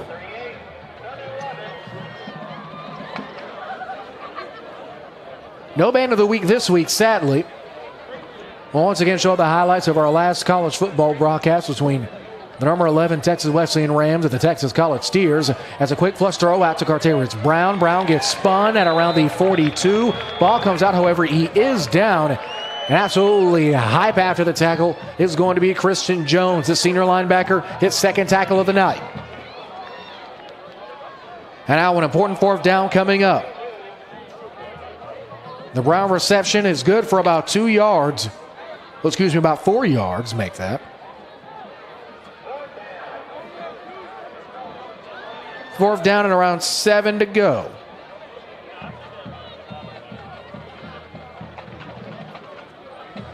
As now Coach Joe Gordon speaking with one of the officials, the line judge, 2 second, 1 second, and they will call a timeout to take every second off the clock they can before taking a break. Minute 53 left in this one. Coach Gordon and company with a big 4th down and 7 coming up. Back in 1 minute on the ASN. It's Chance Ducote, and I'm the pre-owned sales manager at Moritz Chevrolet. The Moritz Promise is a lifetime warranty on the engine and transmission that's given to you at no cost. It's good for the lifetime as long as you own the vehicle. As long as the car is 10 years old or newer and has under 100,000 miles when you buy it, it's going to come with that. It's going to cover everything, all your lubricated parts that's part of your engine or your transmission. Come see us today at Moritz Chevrolet, home of the Moritz Promise. Not only is it going to give you a lifetime warranty, it's going to give you peace of mind and confidence to buy with us.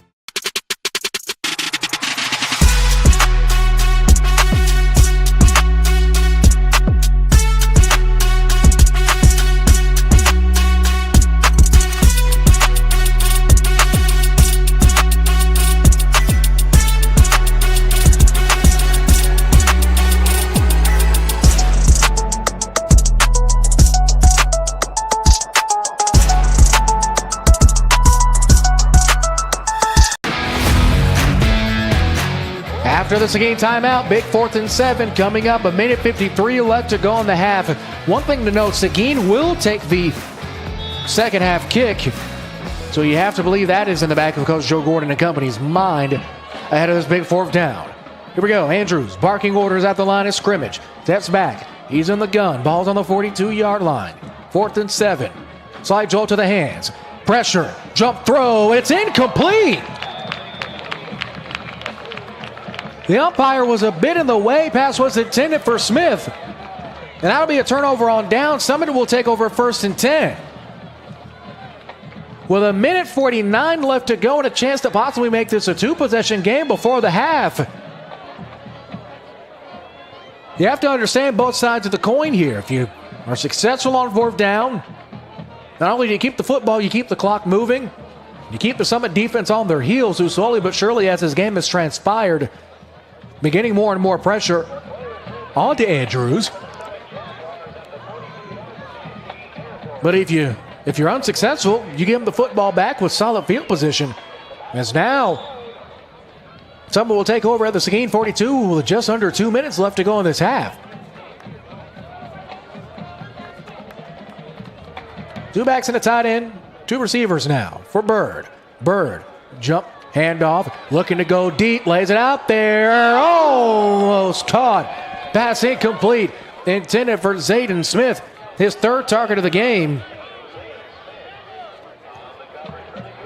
As we take another look, some Summit fans here wanting a penalty flag, as Bird has not been afraid to let things fly tonight. Great coverage downfield by the Seguin secondary. As the incompletion will bring up second down and 10 from the 42. It's a direct snap to Gebhardt. Gebhardt, couple of Seguin Cougars trailing him, and eventually they do bring him down. Couple of them, tackles made, dueling tackles by Jacoby Perkins as well as Jacob Bly. As now we approach a minute and a half. Gain of around 4 will make it 3rd and 6.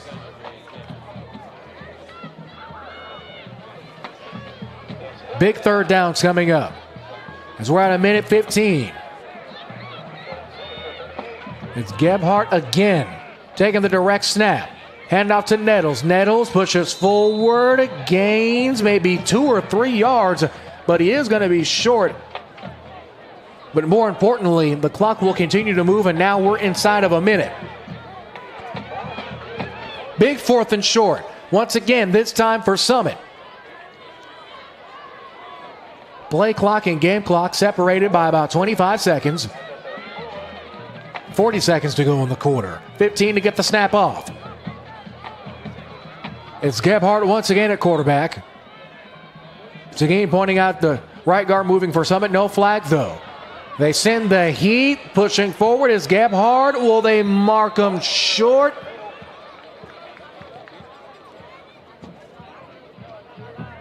Still waiting on the official spot. First down. Move the sticks. The Summit drive will continue, as the clock will stop momentarily for them to move the chains. So now if you're Summit, you're playing with house money. As Summit will call a timeout, Coach Hall and company will talk things over how to approach this last 27 seconds. We'll take it with them. Back in 30 seconds. The Battle of Matlock Road continues. Summit up 28-22 on the Antler Sports Network and ASN Radio.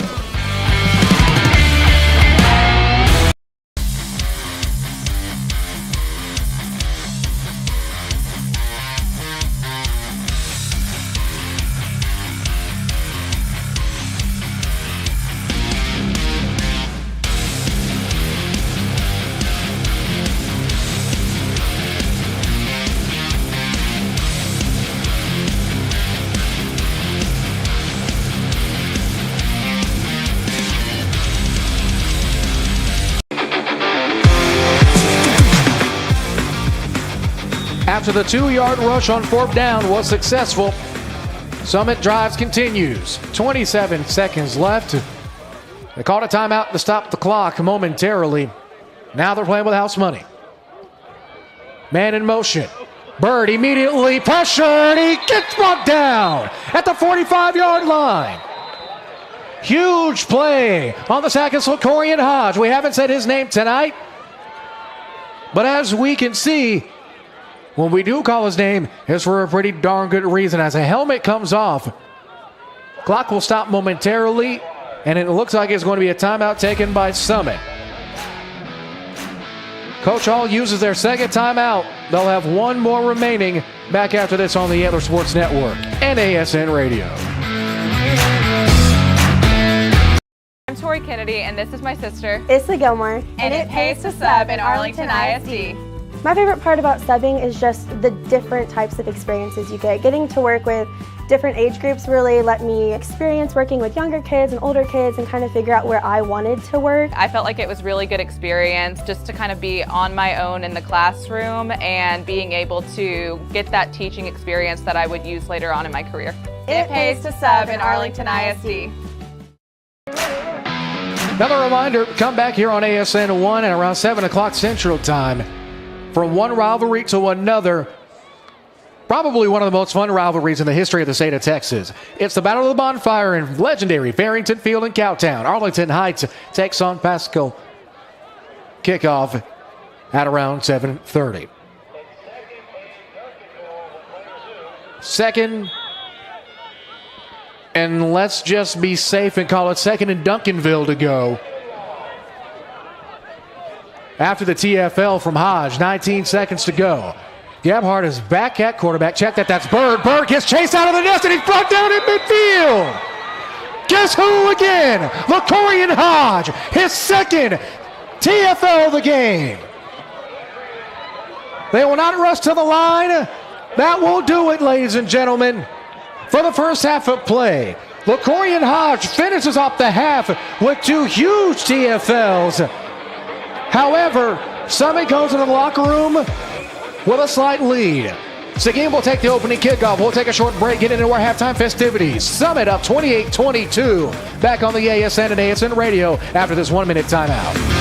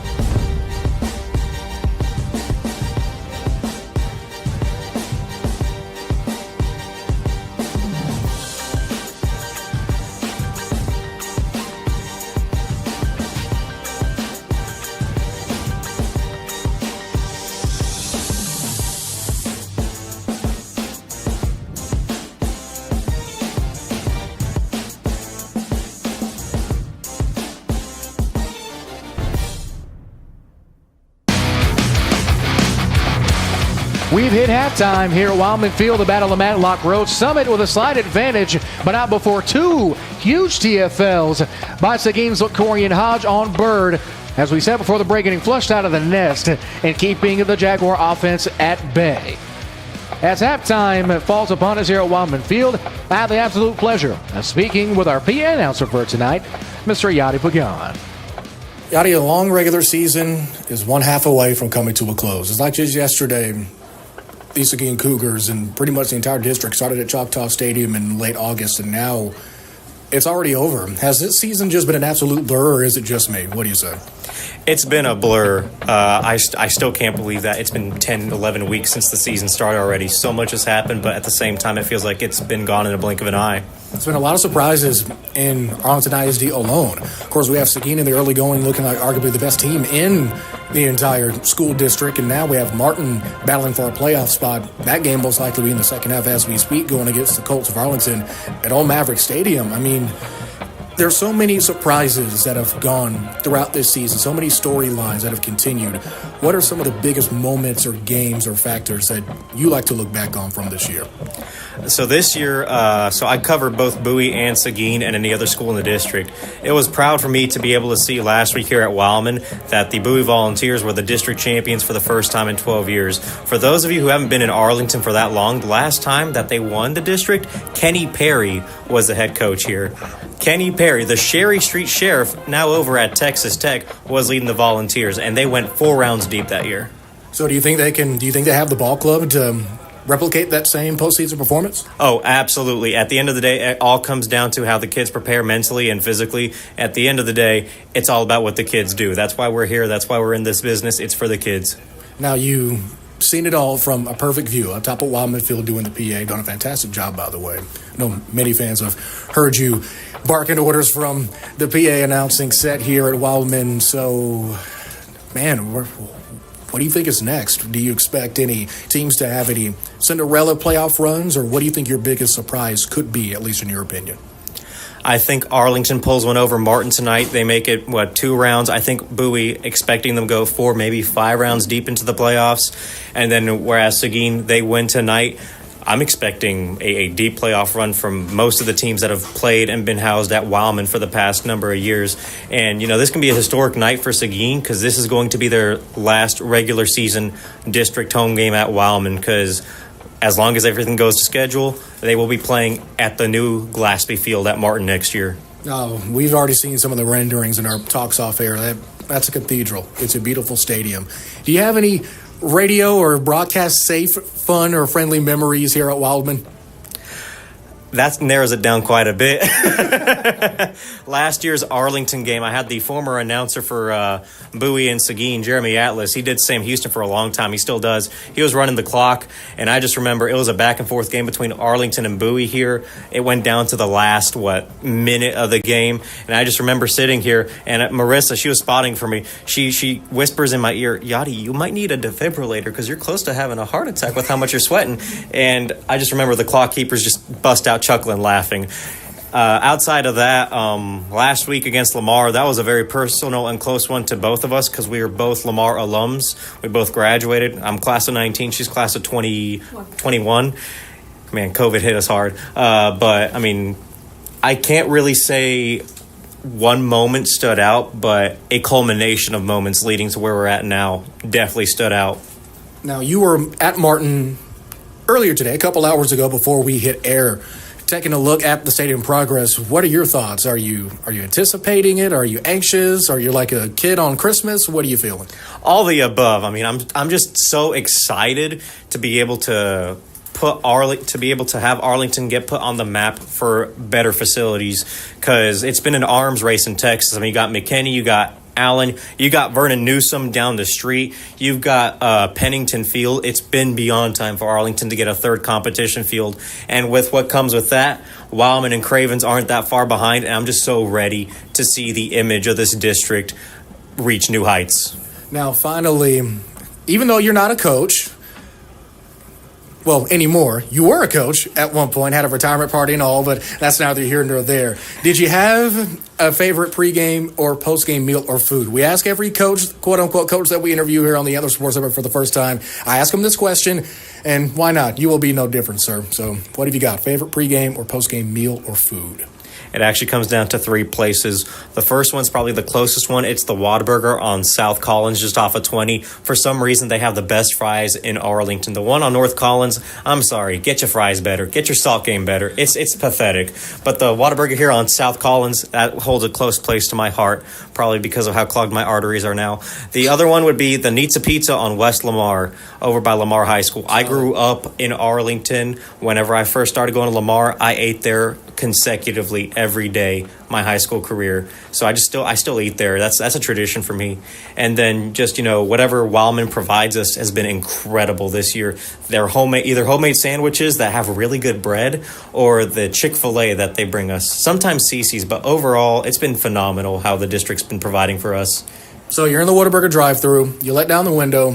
What are you asking for? You a simple guy, just number one, or going for the all-time favorites menu? Not sponsored by Whataburger, by the way, but I digress. What's your go-to order? Sometimes it's the patty melt. Sometimes it's a number one, plain and dry with no cheese, because I'm insane. I know I'm getting the look from Jared that, wow, he's insane. But no, I do that because the less I have processing my stomach, the less is likely to come up if I get nervous. That is true. That's a very solid point, but you're the one who said you were insane, not me. I plead the fifth. But finally, just tonight, do you have any special emotions knowing that this could possibly be your last game here at Wildman? It's a possibility. So has that gone through your mind at all, Lenny, going up to this game? Yeah, it has. I mean, I know over at 6A, the Bowie Volunteers, they clinched a home playoff, but outside of that might be our last game here at Wildman until we get all the renovations and all that stuff done. And it's a mix of emotion because when I was at Lamar, growing up being a Viking, I despised coming down here. I really did. And then now Pump fake, throw, down the sideline, it's caught at the 30, 25, 20, 10, 5, touchdown Summit! Mesh jukes along the left side, along the left hash, ball comes out, football comes out, Summit says they have it. Waiting on the official ruling, and they do! It's Summit football! Brown, the man in motion, moves over to a slot. Snap, it's going to be a handoff, this time into the open field, looking for room is Jimani Smith at midfield at the 45-yard line, big time play, move the Arlington Lamar High School, Brown back in motion. Cheatham the tight end. Andrews, play action, drops back, fade ball, sideline, caught, 5, touchdown Cougars! Back the field on offense after a 74-yard touchdown pass to Young. As now with it is Bird in the gun. Delayed handoff and immediately met behind the line of scrimmage. Big time tackle. TFL is going to be made by 947 yards, 105 yards a game, 11 house calls. Bird drops back, looking to his right. Loft ball to Nettles. It's caught. Caught in front of the Summit sideline at the 30. He does haul it in. Bird in the gun, faking the handoff. Play action. Lays it deep along the left side. Caught! Touchdown Summit! Going from right to left on your respective device. Andrews in the gun, has 3 out wide. Brown notably to the left side of Andrews. Handoff, Smith, end zone, touchdown, Seguin. Andrews.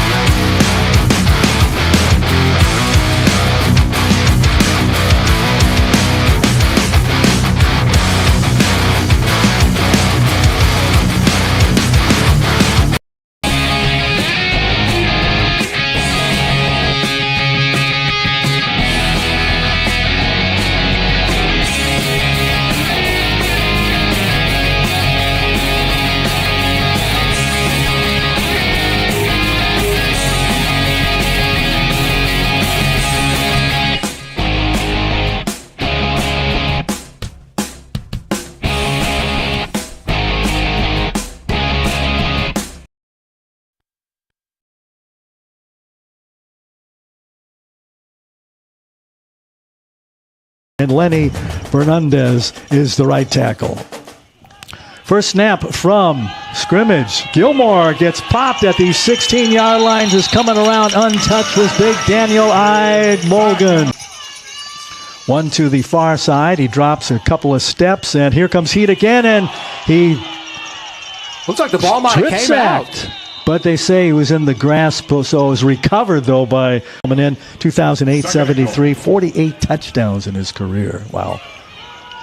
And the handoff goes to Mr. Caesar, and he busts in at 10:54. Second goal, a 2-yard run. Who's a great wide receiver. And Gilmore, the ex-Grambling player, now with a 4th and 1. They go for it, and they're not going to get it as it went straight up the middle and slanted toward the right in the Rams' front line. No, Rams Ram ball. didn't get the first down. Rams in the attacking zone now at the 34-yard line, and a complete pass out to the near sideline to Curtis. He gets shoved back after making the grab. No, it doesn't. A 2nd and 1 for the Rams at the TC 25. Here's a handoff going left. Caesar did a nice little dance to get away from the first tackler, and the second tackler he avoids too, and he finally gets slammed down at the 8. 6:44 to play, trying to add to a 7-zip lead here in the first period. Handoff to Ernie Caesar. He cut right, dives, arms up, another touchdown. So a 6. Have it on the boat at Ray J. 3rd and 10. For Texas College, who trails 14-zip with 6:13 to play here in the first. And down again goes Gilmore. Just can't get away from the Rams. Those 3 wides, far side. Rogers a clap of the hands. 2-step drop, hangs in, throws complete at the 43-yard line. As White, the tight end, hit him earlier. Near side for Texas Wesleyan. It was a 14-0 lead. Rogers quick snap, and he hits Bob on a slant at the 29. Cuts toward the center, 20, 15, 10, 5, and he goes! 3 scoring drives, 2 minutes and 15 seconds, 2 minutes and 19 seconds. That latest one on the Bob touchdown, 1 minute and 25 seconds. They're scoring and scoring quick. Yeah, quick punches in the mouth and a complete one-handed grab. Nice catch. They trail 21-0. While at the far hash at the 24, Gilmore has been under heat all day. Throws a nice grab at the 48-yard line, and going out of bounds out of our view with the grab was Jalen. Clock under 2 to play here in the first frame. It's been all Rams, and fake by Gilmore, and he gets a first down as he lunges forward inside. He's right at the marker. No, he's going to be a yard short. It'll be 2nd and 1-0 lead. While near the far hash, pair of receivers each side. Rogers, that quick clap and a quick drop, and a little slant to TJ Curtis at the 34, and he gets belted down at Robert Nesta Marley. That's what I'm enjoying at the moment. Rams 1st and 10 from their 49. Rogers fakes handoff, and coming back to get the reception was Curtis at the 49. 1-2 flags follow him to the 12:30 to play. Here in the first half, they lead at 21-0. Rogers rolls to his left. He's going to gather it in and get the first down as he butts heads and goes out at the 40-yard line. He just lowered his head. He rolls to the right. There's Rogers, a little dump-off pass to Caesar. He says, thank you very much. Near the sideline, cuts back in midfield, runs parallel to the 49, now to the 40. Flag, 1, 2, 3, 4, 5. Yellow flags come. Tight end slot left. Tight end slot right, so they're in a 12 package as Rogers does a shoulder shake and caught. Did he get both feet down? And he did. Nice catch. Boy, beauty. Rogers, the slot right, couple receivers on each side. Fake handoff to AMJ, and he throws a little pitch out to the left to White. White gets bounced down inside the 10-yard line. Easier than that for a defensive back. Quarterback gives you the perfect opportunity to swat it down. Thought he could have possibly picked it off. And they throw the same exact play. This time Bob is the intended receiver, and he makes the grab. Want to get out more? I don't know what it is. Yeah, they've had it in good field position a lot. And a little throw over the middle. Ronnie Schneider grabs it at the 38 and then runs out of bounds. 19-yard line as we're moving down to 5 to play in the first half. They have the 28-0 lead. AMJ goes in motion. Little dump pass over the middle. Caught by Banks. Banks tripped up at the 11-yard line. He dives forward to the 9. But Caesar is back on the field. Caesar to the left now of Rogers. A pitch to Ernie. Ernie, the left-hander, throws back to Rogers. It's a Philly special at the 9. He goes in. Touchdown! Roy. Team.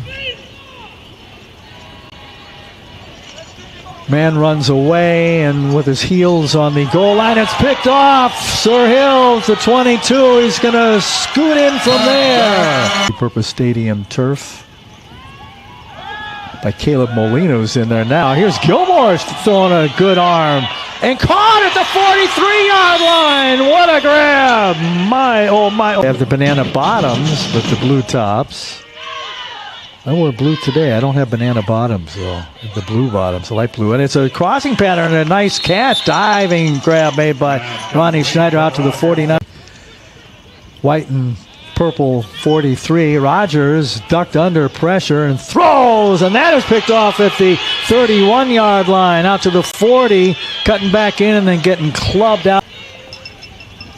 So 3rd and 4, Wright drops, does a little dance around, then goes to his left. He signals with his left hand, runs near sideline, is knocked out at the 20. The right of Wright drops, rolls, straightens, throws, and then corner of the end zone. Did he get his both feet down? No, incomplete. Different cadences, depending on it, no matter if you have a silent count or not. Short snap, and Caesar runs. Caesar still running. He gets popped at the 36-yard line. Touchdown. He averaged 29.5 on 4 punts in the first half. High snap, and this one is, it looked like it was blocked. He has those low line drives. Takes a roll, hits a ram at the 43-yard line. Steers have the football. Steers do have. The Steers down 42-0. Conley out of the gun, retreats, 5-step drop, and here comes Heath, and Sir Hill wraps him up and takes him down at the 40. On the 16th, and who knows, maybe they'll have a home game that they can host here. Francis rolls, he hangs it, and 44-yard line incomplete to Bob. Those short drives. So far, 13 carries for 63 yards. 3 out of 13, and Francis gets picked off at the 44-yard line, so another miscue, and that falls in. First down prior to their last drive. Absolutely. And with 7:28 left, a high snap. Conley throws a little crossing pattern completed. 27, 15, 10, 5, hang 6. Gregory down. Monty Gilmore. That was in the second quarter. Short pop over kick taken by the Rams at the 19. Morris breaks a tackle at the 40. He crosses into steers territory by the minute, it seems. Remember, put those clocks back either tonight or tomorrow when you get up in the morning. Handoff, Ernie Caesar, not touched at the 20, 10, 5, 4, 3, 2, 1. Put another 6 on the board. 9. Got to get a move on 30 seconds. It's Cade Gordon. Jackson Mitchell were putting the sign out.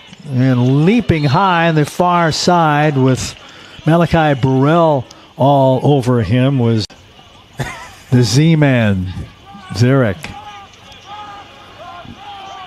So a gain of 7 at second and 3. Little hang pass out to the left flat, and it's caught for first down out to the 24. The biggest play he's had from scrimmage today. And that wasn't very long. But got a first down, though. 1st and 10, fake handoff, and picked off as a tip intended for Gregory Donaldson and tipped into the arms of the side. Slot tight end left. Francis pulls it in. He runs along the line. He's going to scoop it in and run. He slides at the 11-yard line. A late flag comes in as he slid. And the angle that Long took. 1st and goal from the 6, meanwhile, with 3:18 left. Caesar goes in for another touchdown. He gets tackled, but not till he had crossed into the end zone, breaking the plane. Another touchdown. Under 3 to play. Connerly 8 for 21 on the day so far. 120 yards, a touchdown, and a pick. Gilmore was 50% for 34 yards. Quick completion at the 21-yard line and a first down out to the... on a 2nd and 10 for the Rams. Francis hands off to Nick David West, jumps over a tackler at the 46 and is finally dropped at the 36. Beaten by 2 points in the second game of the season by the Rams today. This year. Iowa. Francis looked right after the snap. Now he rolls, he runs, got the first down, doesn't slide, and puts down the landing gear. 11:25 to play in the 4th. RPO, pitch left, Francis to Nick David West. He gets clobbered, knocked down. Darren White, tight end, slotted left. Pair of receivers each side, one receiver each side. Francis rolls, Francis throws, touchdown, Francis of 10 yards as he nails Paul Summers. 21 of Texas College, who trails 63-7. High snap, fake. He's going to loft that high, long ball. There's a flag. It's going to be pass interference at the 36-yard line. How did he get first down? What was that last one? Pass interference. Okay, on the pass interference, that's right. So first down on that is complete. No, it's picked off. Well, picked off it is. If not all of that. Signaling and throwing high and long for the end zone. Tipped, and did he have both feet in? It was tipped and then caught. Well, good game by number 44, whoever that is. I hate using numbers on a radio call, but this is video too. And again, number 44, I have no idea who that is. Let's wait to see what BC says it is. Conley standing at his 2, ball at the 6. Handoff going right and smacked out the 11. It's loose and diving forward on the path. President Teddy Roosevelt gathered figures, his staff to discuss. And the Rams take it in off the right side. Anyway, they came to the conclusion of the 2-7 victory. There it goes. Triple zeros on the scoreboard. Rams win it 70-7.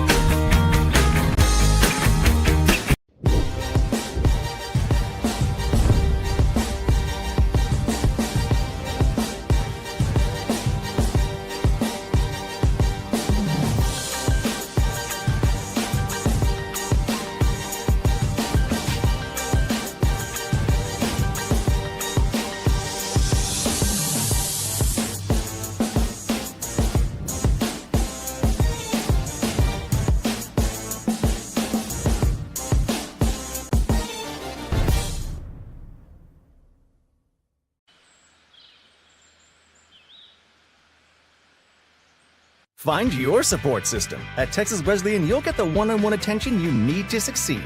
Texas Wesleyan, small classes, big scholarships. Now that's smaller, smarter.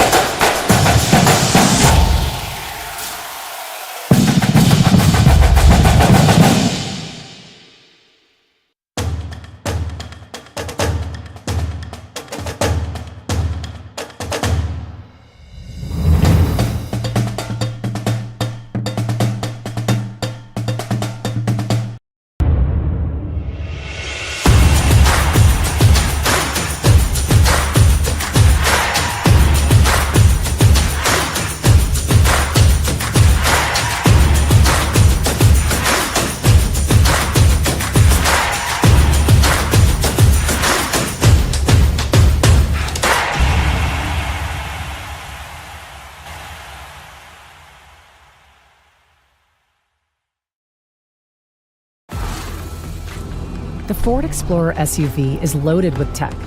There's a redesigned interior with a standard 13.2-inch touchscreen housing the Ford digital experience, and a series of speakers, seamlessly integrated into the dash with the available B&O sound system. There's also driver assist tech to help you feel more confident behind the wheel. The Ford Explorer, America's all-time best-selling SUV.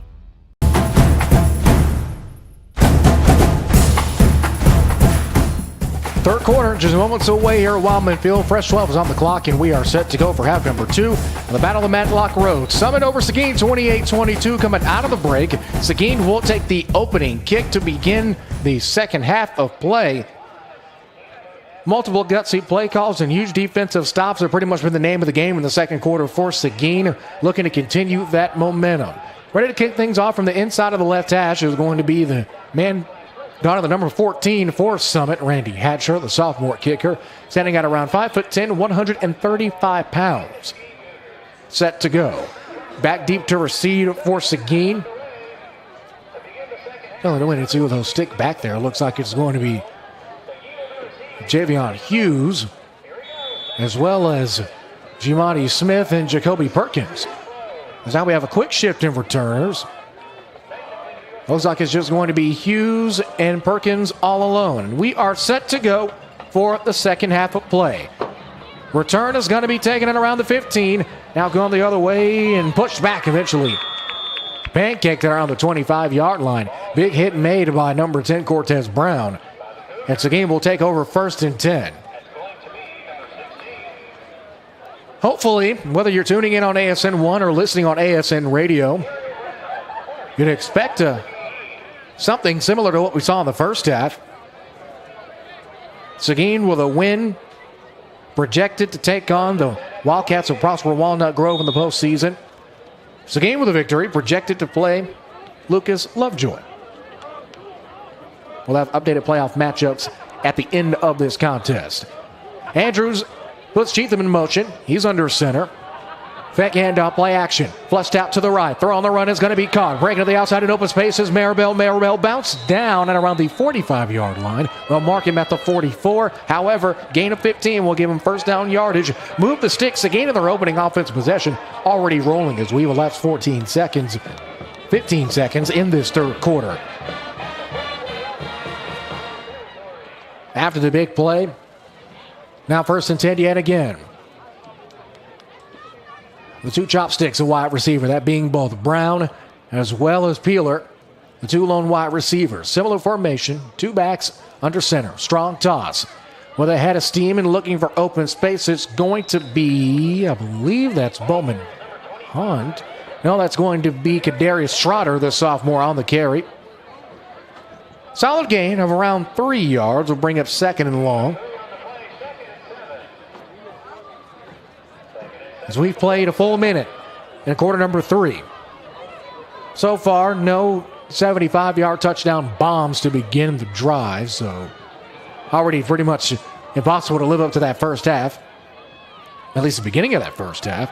Faking the handoff is Andrews. Andrews shimmies, rolls out to the right, touches earth, still up, breaks 3 tackles, 4 tackles, 5. Can't break number 6, though. Tackle's going to be made by Trent Eatman. However, Andrews bobbing and weaving like he's driving through I-20 traffic in a solid gain. Probably the toughest 6 yards I think I might have ever seen.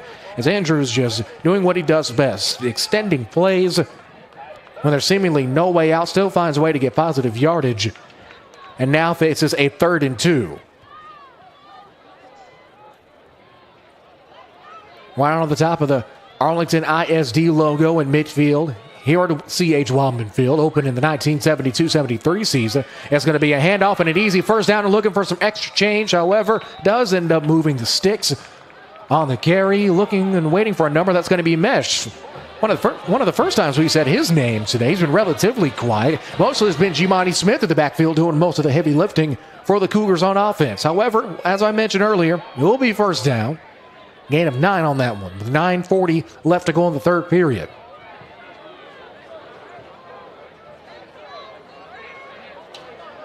As Andrews once again in the gun. Stop of the foot. Ports Carterias, Brown in motion, now all by his lonesome at the bottom of your screen. Play action fake. Andrews steps up in the pocket, flushed out to his left, got to tuck and run. Can't break the tackle though, does gain 3. Hit's going to be made by Gerald Marilla, that is. Again, a gain of 3 is going to be 2nd down and 7.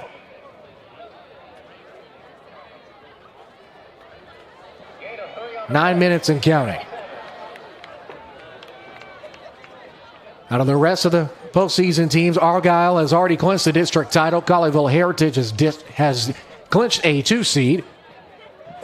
It's going to be a handoff to Mesh. Mesh stutter steps, gets a block, spin, stays low, pushes forward, still going, gets brought down to the 30-yard line. Oh, they're going to mark him down at the 29. They'll give him an extra yard as we have a stoppage of play. There seems to be a Jaguar, but slow to get up. Gingerly limping away is going to be Amir Bell, the junior defensive lineman. However, that mesh run, even with the additional spin cycle, rinse, and no fabric softener needed, move the sticks, first down and 10. 10 seconds to get the snap off now. We have 8:10 left to go in the 3rd. Andrews gazes at his receivers, has Mesh to his left pocket. Shotgun snap, quick throw. To the open field is Smith. Smith pushes through, gets tackled by a host of Jaguars. Thought he was still up. Officials mark him down. Thankfully, we have the beauty instant replay to take a second look to see if a knee or something did end up going down. Looking, and I'm not 100% sure if Smith was fully down. With 7:37 left to go, by our view, he was understandably so ready to get up and run for some extra yards. However, he'll have to settle for 6. 2nd and 4. Inside of 7.5. Option is going to be a handoff to the 20. A yard gain for Mesh will bring up 3rd and short. On the hit is going to be number 31, Amir Bell, as there seems to be a Jaguar slow to get up as we pause for this injury timeout. Back in 30 seconds on the Antler Sports Network. I'm Tori Kennedy, and this is my sister, Issa Gilmore. and it pays to sub in Arlington ISD. My favorite part about subbing is just the different types of experiences you get. Getting to work with different age groups really let me experience working with younger kids and older kids and kind of figure out where I wanted to work. I felt like it was really good experience just to kind of be on my own in the classroom and being able to get that teaching experience that I would use later on in my career. It pays to sub in Arlington ISD. The Andrew Jaguars, a name that we haven't really said much of. The four-star University of Houston commit Travis Buhake. He is off the field and lays down immediately behind the Summit sideline.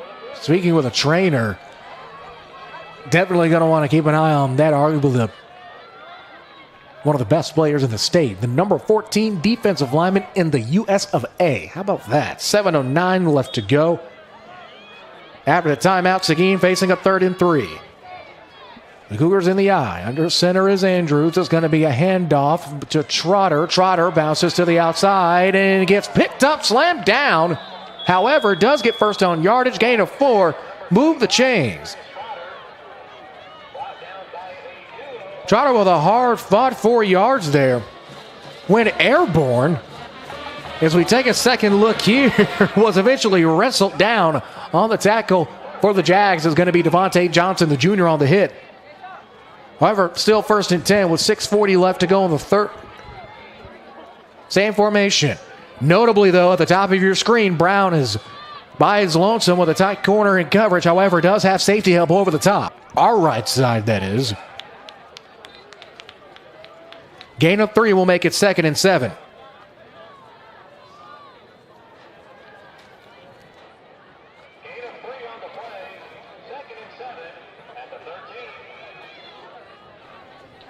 Ball's down at the 13-yard line, inside of 6 minutes. Same formation once more. Brown, the lone receiver, just off of the top of your screen.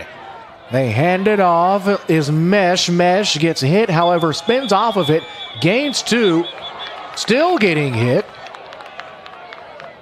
Tackle is going to be made by Kristen Jones, his 2nd tackle of the game. As it looks like Andrews might have wanted a penalty marker to be thrown for unnecessary roughness. However, no flags throwing here. Gain of 5 will make it 3rd down and 2. A big 3rd down. They have to get to the 12 to get a fresh set of downs, and that still will require them to get 10 yards to get 4 more downs. So a big 3rd down coming up for the Summit defense. 5 minutes left. It's a handoff, bounce to the outside. His mesh flag is thrown. He gets first down yardage.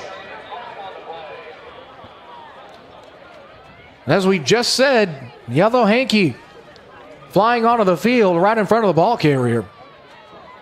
We take a second look. That flag coming as soon as Mesh was tackled.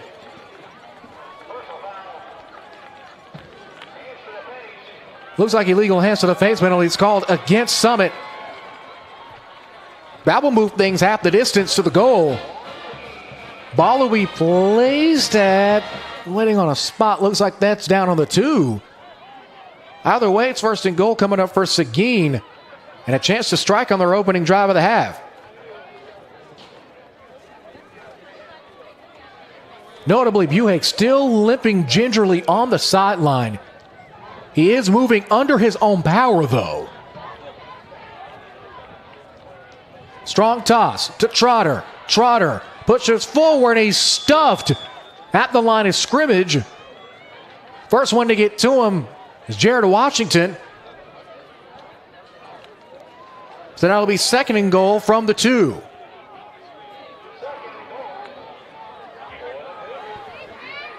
Andrews and the Cougars stacking the line. It's going to be a sneak. They try to push him forward. Where will they mark him? Looking at the bottom of the pile. I don't see parallel arms from the officials. Nope, short. 3rd down and goal from the 1-yard line.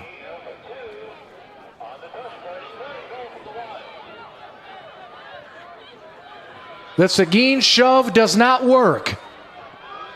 With 3:45 and counting. Cheatham typically a tight end, now at running back as well as Trotter. Huge third down coming up. They push forward. He's waiting for a signal from an official. Seguin says they scored. The bottom of the pile. Summit says they have the football. Summit still saying they have the football. Fourth down. Stuffed. The length of the football to go. 4th and goal. 3 minutes left. Biggest play of the game thus far. Will the Seguin shove work again? Handoff, end zone, touchdown, Cougars!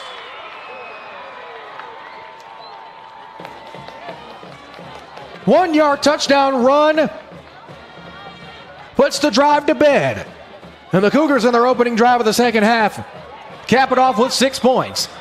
Trotter, his second touchdown of the game. As a whistle is blown, a flag is currently sitting on the field. As all the officials will now converge at around the 2-yard line.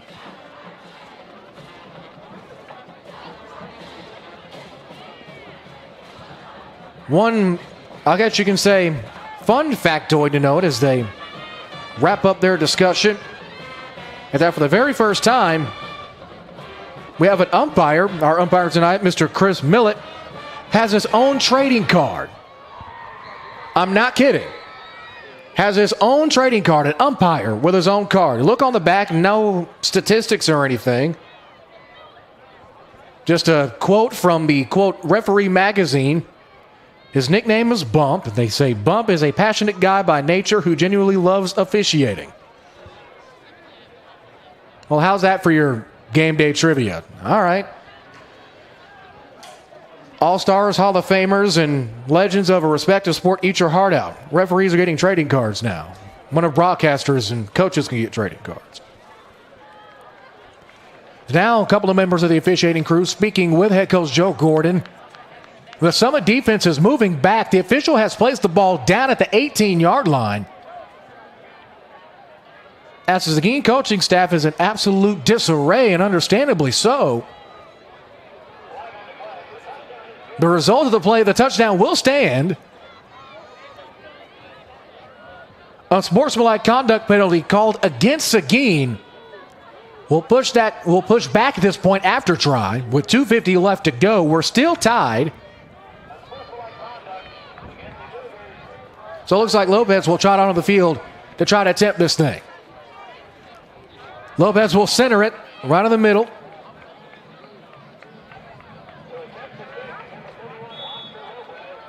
This will be a 35-yard, quote-unquote, field goal attempt for the PAT. The raising grace of the right hand to align his boot. The right-legged kicker, Smith, the snap, the hold, the kick is up and away, and it's bueno from 35. Our new score with 2:50 left to go. Seguin strikes in the second half. Up 1. Seguin 29, Summit 28. Back in 30 seconds on the ASN and ASN Radio.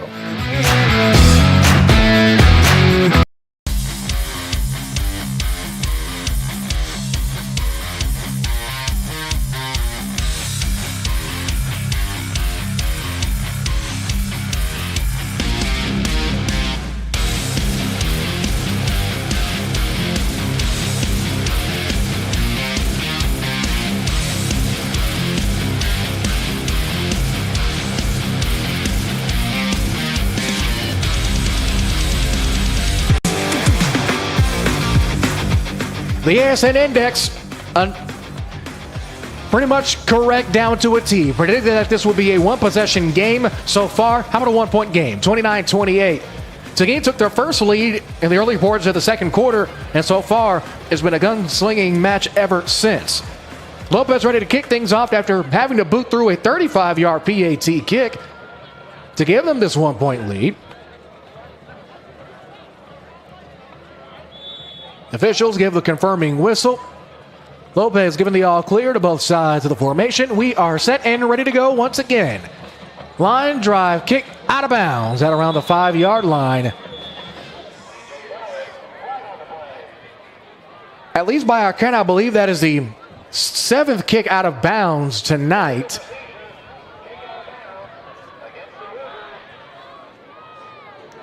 One thing to note as they take the illegal procedure penalty, Summit forced the re-kick 4 times in a row in the second quarter, and it looks like they're going to do it again. So moving back 5. Back deep to receive, of course, Nettles. Now that's Gebhardt, as well as Kane Carbon. Kane Carbon, early contender for our name of the game. As Lopez trots back to attempt the kick again. The kid's got a leg, that's for sure. He has the power. It's just the accuracy that has been a bit spotty at times, but not when kicking field goals. There's a line drive kick once again, and it will be fielded at around the 15-yard line. Going the other way is Gebhardt. Gebhardt at the 20. Breaks one tackle at the 25-30. Has an open space across the middle at the 40. 45 crossing midfield and almost brought down at midfield. Instead, he'll have to settle for staying in Summit territory. Nonetheless, solid gain. 32-yard return and sets Summit up in prime real estate, ladies and gentlemen. 2:41 left to go in the third. As Gebhardt is an early contender for our player of the game. He's pretty much done it all. 2 touchdowns, both on the ground, as well as 6 receptions. And so far tonight, 57 yards returning. So Summit will take over 1st and 10 from their own 48. After their defense gives up a touchdown on the opening drive. That's currently passed them down 1. Bird shifting his formation. Shotgun snap. It's a handoff to Nettles. Nettles breaks way at the 40, brought down at the 39-yard line. Gain of 11 will move the sticks. The Seguin defense appeared to have stalled him at around the line of scrimmage, but maybe a second later, breaks free for extra yardage. As on the possible touchdown-saving tackle for Seguin is A.J. Horace. First time we said the junior linebacker's name tonight.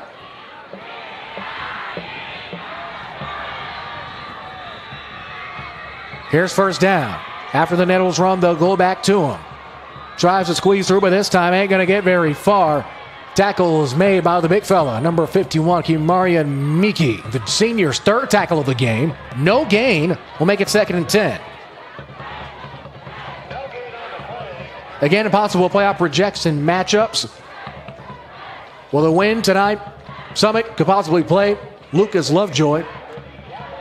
But will the Seguin win? They will take on Walnut Grove out of the Prosper Independent School District. However, if Summit loses, it will be Timberview who will take on Lucas Lovejoy, and Summit will be eliminated. Dropping back is Bell. Bell, quick throw, snagging it in midair. Heck of a catch by Gebhardt. Tough gain of 5 on that one. Gebhardt pretty much had to do a 360 and try to haul that thing in, but he did. Stayed in bounds. Clock will move with 1:20 left to go. A third quarter that's been flying by. As Bird had it right over the money. Thankfully, covering over the top was Horace again.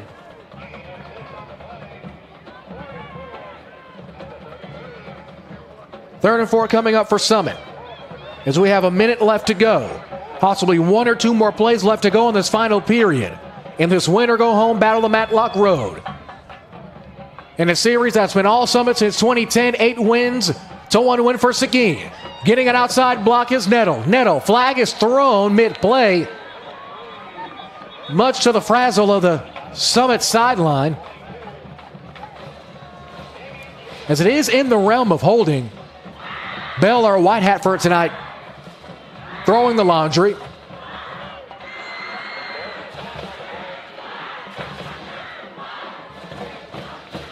As Summit does retreat back, it is indeed a holding call.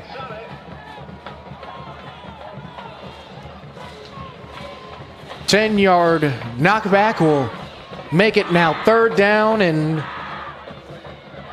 14 to go. Back and put a city marking on it. Let's call it 4th down and maybe, let's call it the Colony. Third down in the colony to go. 46 seconds left. Ball is placed on the 43. Lone slot receiver for Bird. Drops back, immediately flushed out to his left under pressure. Strike on the run. It's incomplete. Pass intended for Young, who already has 2 touchdowns on the game. Won't get one here. 4th down coming up in no man's land. And it looks like we could possibly see the punting unit come onto the field to try to pin Seguin back.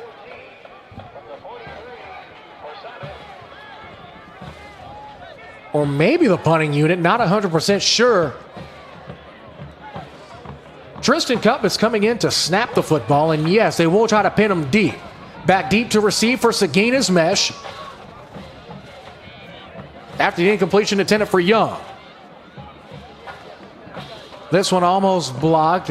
High kick is going to be returned by Mesh, and around the 10, flag is thrown. Mesh breaks to the outside and gets tackled at the 17. Thought he was still up, and it was still going. Brought down, goes out of bounds at the 35. But a flag was thrown by the side judge at the 15. So going to be interesting to see. Unless it's a sportsmanlike conduct penalty, this will not give someone an automatic first down, I don't think. As we go back to Mr. Bell for the call. Illegal block in the back penalty called against Seguin, so they will keep the football. However, they're 1st and 10. We'll have them in the shadow of their own end zone. 31 seconds remain in the 3rd period. These two schools separated by 3 short miles.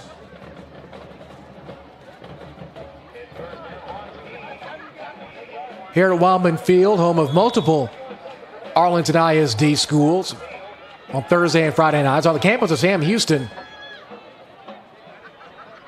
This district is the 11th largest district in the state of Texas with 6 high schools founded back in year of our Lord 1903. Here's 1st and 10.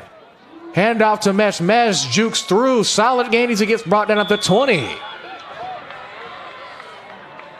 Gain of a handful around 14 will move the sticks. And a fresh set of downs for Seguin again.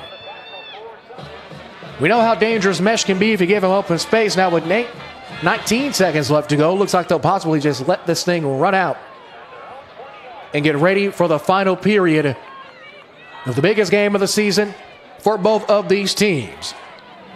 5, 4, 3, 2, and 1, and that will do it. Quarter number 3 has concluded. In 12 minutes, one team will head to the postseason, another team will head home. It's the Battle of Matlock Road, final 12 minutes after this in 1 minute on the Antler Sports Network.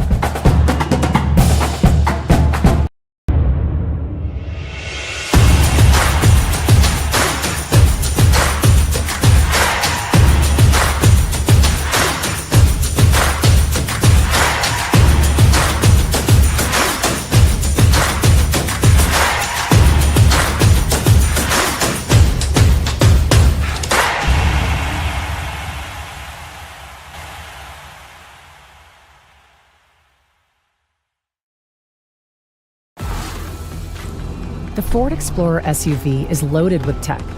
There's a redesigned interior with a standard 13.2-inch touchscreen housing the Ford digital experience and a series of speakers, seamlessly integrated into the dash with the available B&O sound system. There's also driver assist tech to help you feel more confident behind the wheel.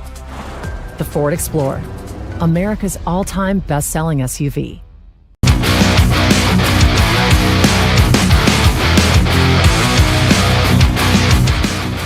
Final period is upon us. 1st and 10 after the Mesh run for Seguin. As Mesh now goes in motion. Hand off to Trotter. Trotter barrels through. Gain of 5. Make it 2nd down and 5. It looked like maybe a little bit of extracurricular pushing and shoving. No flag thrown though. However, 2nd and 5 coming up after the run from Trotter. At the end of this game, we'll go over the possible playoff brackets. We'll possibly hear from head coach Joe Gordon. as well as award our player of the game. We've played 30 seconds. Andrews, handoff to Mesh. Mesh is stubbed at the line of scrimmage. Might have gotten a yard, but ain't going to get much more than that. Uhake is back onto the field. Seems to be okay.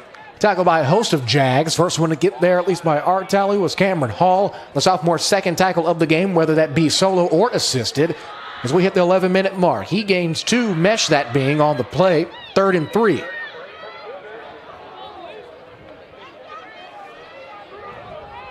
Andrews and the rest of the Seguin offense looking to their sideline to get the call. Summit's defensive line shifts right. Shotgun snap. Drops back. Quick throw. It's incomplete.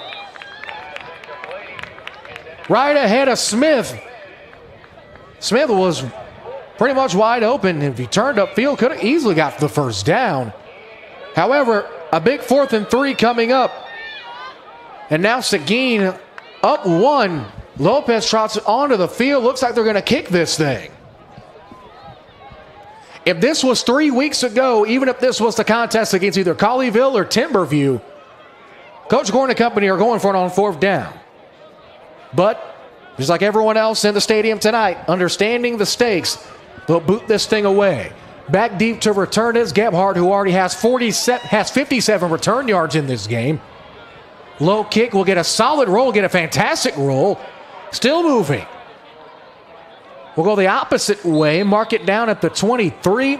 Great kick by Lopez. 1st and 10 coming up for Summit with a relatively wonky field position. 10.5 left to go in the contest.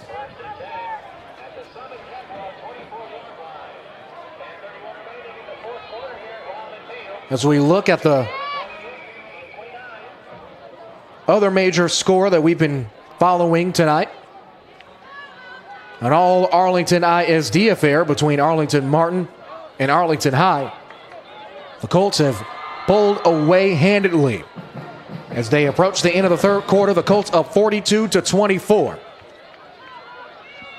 That game at Maverick Stadium on the campus of the University of Texas at Arlington. So Summit will take the ball back, down 1. Summit in the dime seconds now. Option. Toss to Nettles. Nettles gets sideswiped, trains paint. And that looks like it's going to be a face mask called. And Nettles now. It's right out of bounds at around the 31-yard line. As it looks like it will most likely be a face mask. At least that was the main penalty we can see from here.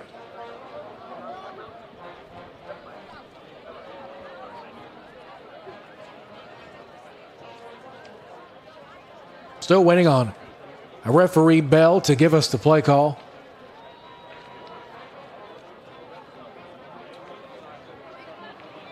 And it is indeed a face mask penalty called against the Cougars. Better move the sticks to give them another fresh set of downs and much better field position. We've seen how penalties have affected the Cougars in late game situations before. You have to think if you're wearing Carolina blue and black right now, you're praying to a higher power to the high heavens that the bug doesn't bite you again tonight. Not of all nights. After the penalty, Bell, option again. RPO that is. Throw out of bounds. No, was it picked off?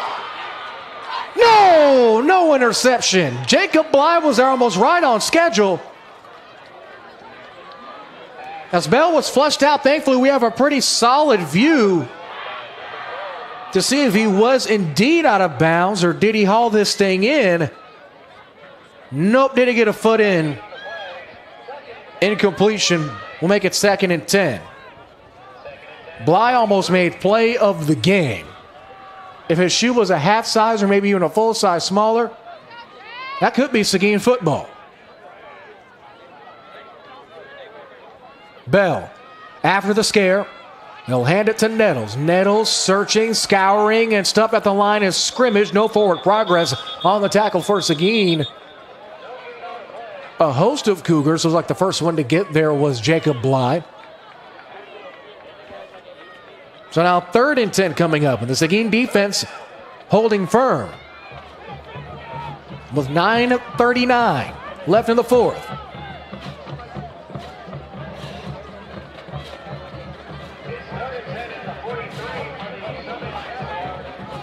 Two receivers already out wide for Summit, that being Gebhardt as well as Dominique Young, who had the two huge touchdowns in the first half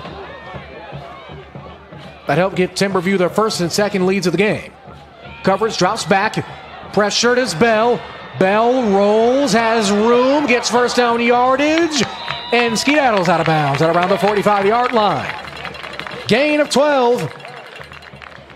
Most importantly, stop the clock at 9:06. And we'll keep the drive going at the 45-yard line of Seguin.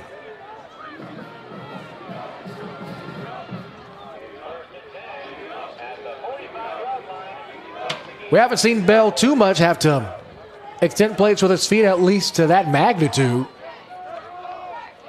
But a huge play there for 12 yards to extend the drive. Bell has a slot this time. Then the option toss to Nettles. Nettles gets a block, breaks two tackles at a third. At the 35, pushed out of bounds. No, he's still in bounds. Gain of 11. First and 10 again. Clock keeps moving.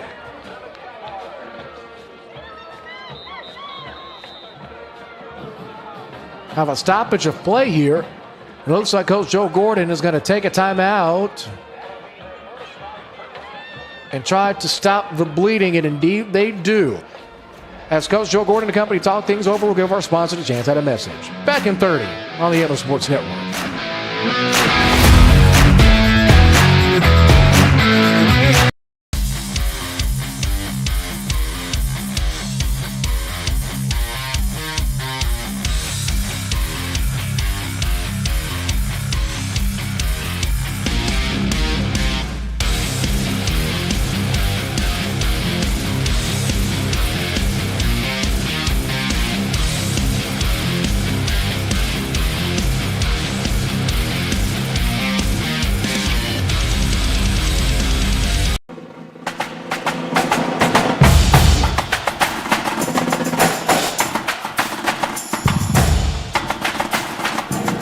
.53 left to go. Summit down one. However, marching down the field after Coach Gordon and the Cougars take a second to talk things over on a drive that has seen this Summit offense humming. Bell is going to lay one out there. Picked! Intercepted! They'll take it out. It's Bly. Bly at the 10, 20. Push out of bounds at the 15.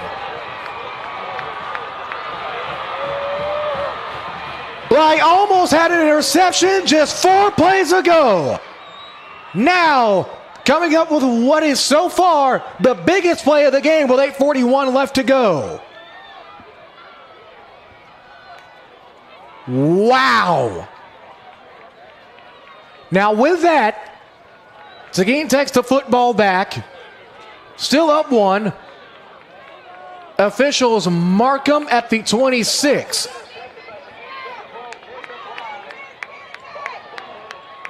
Jacob Bly, have yourself a night. And what is arguably the biggest game in program history, Bly comes up with a huge momentum-shifting play. Stack receivers, 3 wide to the right of Andrews, and a back to his left.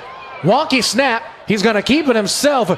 Jukes forward, takes a couple of Jaguar defenders with him. Gain tackle by Christian Jones as well as Devontae Johnson. However, what was almost a loss due to a bobble snap turns into a gain of 8, make it 2nd and 2. Chevy Andrews does it again, folks. How many times have we said that this season? One of the more elusive quarterbacks in all of 5A Division II. As we approach 8 minutes in this final period. After the 8-yard rush, 2nd and 2 from the 39. High snap again. This time it's a snap to Smith. Smith spins cycle. However, won't get a chance to put it in the dryer, but does get first down yardage. Gain of 5, move the sticks. First down and 10 with 7:50 and counting left to go, barring the start to move the chains. As now the Seguin Cougars on their offensive drive humming themselves. One thing we haven't seen is either a 50-50 deep ball to either Peeler or Carterius Brown. That's because not only have we seen press coverage or relatively close coverage one-on-one on both receivers, but there's also been safety help pretty much the entire time, shadowing both of them. Jumbo now. It's a handoff to Mesh. Mesh pushes through, breaks a tackle, almost broke free. Gain of 6, touchdown saving tackle by Christian Jones. As Mesh, if he got into that second level, could have definitely been 6. Gain of 6, though. 2nd and 4.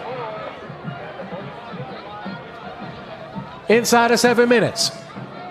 Clock continues to move. You have to think, the way they're keeping it on the ground, they want to give Summit time for maybe one more possession at the end of this game. Same formation. They hand it off to Mesh again, who gets tripped up. The Turf Monster, his first tackle of the game. Gain of 3 will make it 3rd and 1.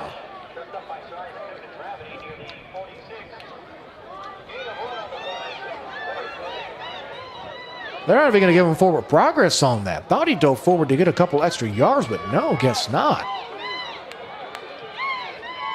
Now big 3rd and 3.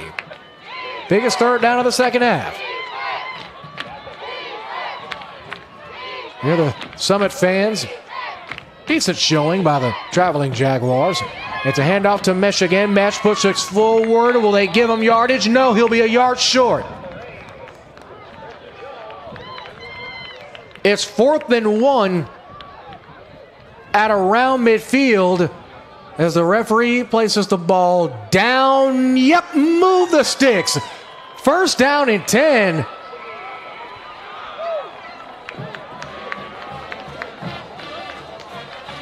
As some of the Summit fans below us here not happy. That was a close one. However, officials mark it 1st down yardage, so the drive will continue, and more importantly, the clock will run. 5.5 now. Mesh on the outside handoff along the left hash, crossing midfield into Summit territory. Gain of 4, bringing up 2nd and 6.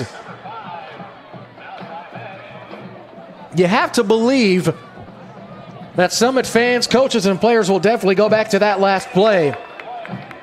Everyone in royal blue, black, and white thought that thing was short. But the most important colors in this one, the black and white stripes, said it was 1st down yardage, so 1st down Seguin. That last rush from Mesh, and he has come alive in the second half. It was Yamati Smith doing the heavy lifting in the backfield in the first half. They hand it off to Mesh again on the misdirection. Jukes a little right, now back left, pushes through. We see Carterius Brown pointing that 1st down, and he gets it. Gain of 6, move the chains again. As now we have a couple of injured Jaguars down. And as they get treated to, we'll give our sponsor a chance at a message. Back in 30 seconds on the Antler Sports Network. I'm Tori Kennedy, and this is my sister, Issa Gilmore. And it pays to sub in Arlington ISD. My favorite part about subbing is just the different types of experiences you get. Getting to work with different age groups really let me experience working with younger kids and older kids and kind of figure out where I wanted to work. I felt like it was really good experience just to kind of be on my own in the classroom and being able to get that teaching experience that I would use later on in my career. It pays to sub in Arlington ISD.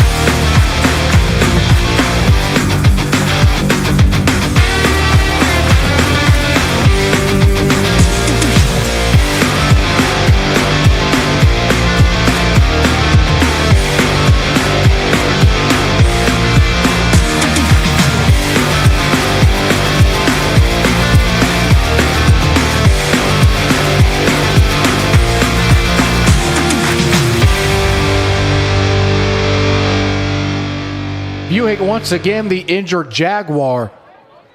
Walking up under his own power. Looks like he might have got hit in the no-no square. Hate to see that happen for sure. But 4:44 left to go.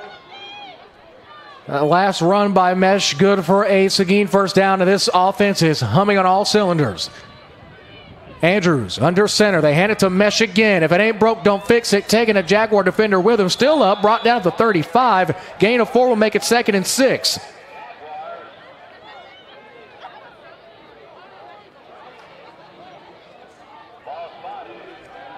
Four minutes, 10 seconds left to go in one of these two team seasons.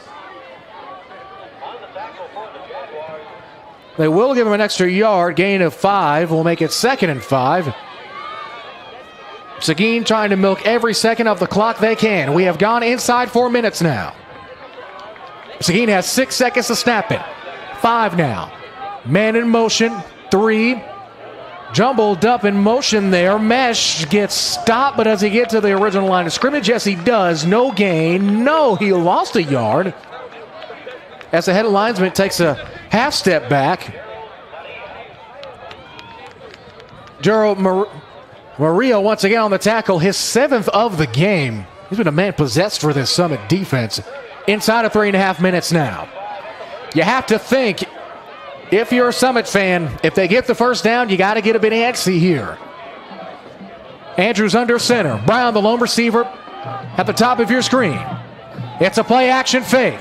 He's doubled. Man's wide open along the right hash. Tackle down inside of the 20. Domino slammed down for first down yardage. Move the sticks. This drive ain't stopping yet, folks. 3 minutes, 6 seconds left to go.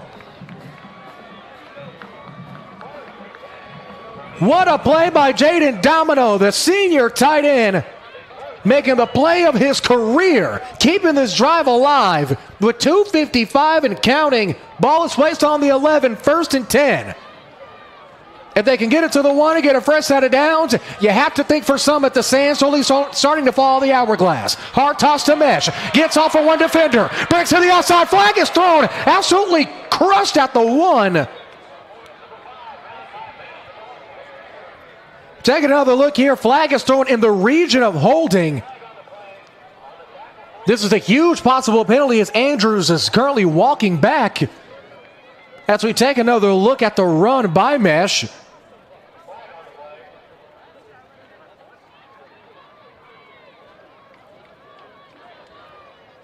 As this could be, if it is indeed a holding call, this could be massive. As now Bell over to speak with Summit head coach Shannon Hall.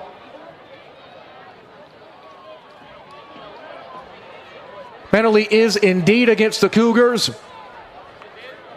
And now we'll make it 1st and 20. Fun fact, on yards, on plays of 20-plus yards needed or more, Seguin is 3 for 4 on the day.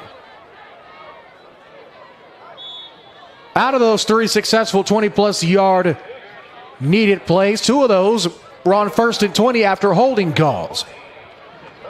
So with just a hair over 2.5 left to go in the 4th, the penalty will push him back now. Andrews looks into his backfield.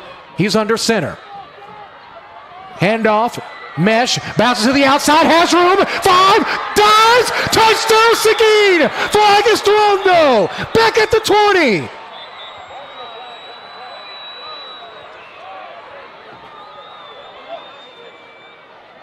Coach Shannon Hall is pointing in the opposite direction. As we take another look. And yet we saw right around the 20. The man that was held was Daniel. It was Daniel Ogiosi who was getting held. And that will push him back. Domino checks out. Seguin fans not happy in the slightest. Understandably so. As now for Seguin, it's first down in Louisville. First and 30 after the dueling penalties. 2:29 left. Andrews under center. It's Peeler and Brown, the lone receivers at the bottom of your screen, just outside of the left hash. Andrews calls for the snap. It's to Smith. He's been fantastic on the day. Not going to get too much there. Gain of 3. Clock will continue to roll, but it will stop immediately. Looks like Summit takes a timeout, and they do. 2 minutes, 23 seconds remaining, and the playoff hopes of one of these teams. What team that will be answered after this on the Antler Sports Network.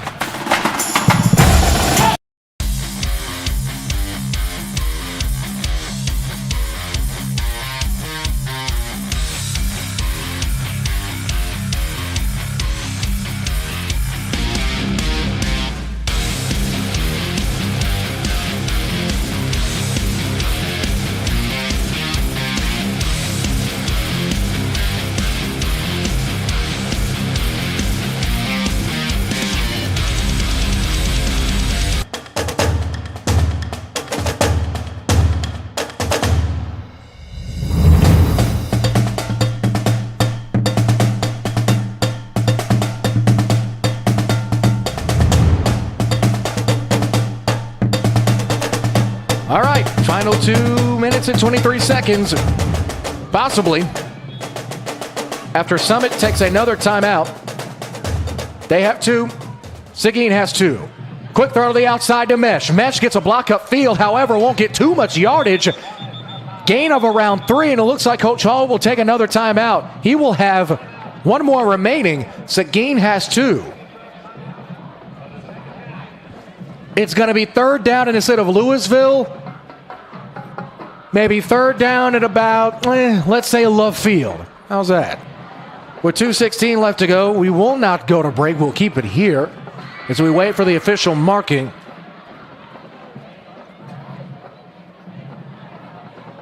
As remember to stay with us after this game goes final. We'll try to get a quick chat with Seguin head coach Joe Gordon, as well as look at possible playoff matchups and elect our player of the game from the winning ball club. Another reminder, from one rivalry to another, tomorrow night, pregame at 7 o'clock from legendary Farrington Field. It's a battle of the bonfire. 2 teams that haven't played in a decade in a rivalry that dates back to the 1920s. It has flaming toilet paper. It has JFK. It has it all. Arlington Heights and Pascal. Tomorrow night, 7 o'clock pregame. Both teams break their respective huddles. Once again, as you can see in the graphic at the bottom of your screen for our ASN1 viewers, Summit has 1 timeout. Seguin has 2.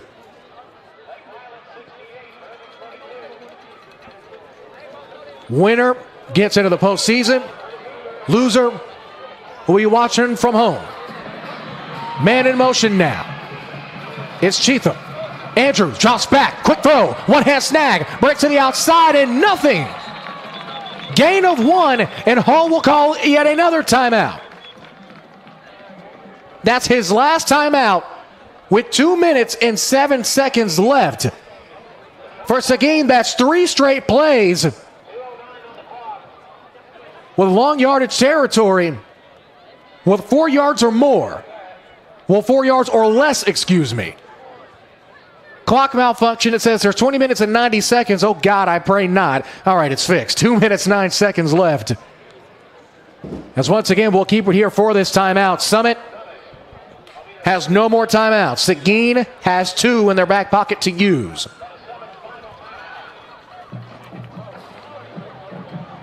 So was it a 4th down in left field? Let's say 4th down in left field, terminal B. How about that? 4th down and around 20 to go. Barring the official spot. They will mark it 4th down and 18 to go.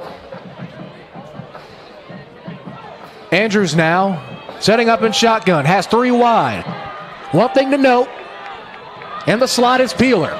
Has Mesh to lone back to his right. Operating from the left hash.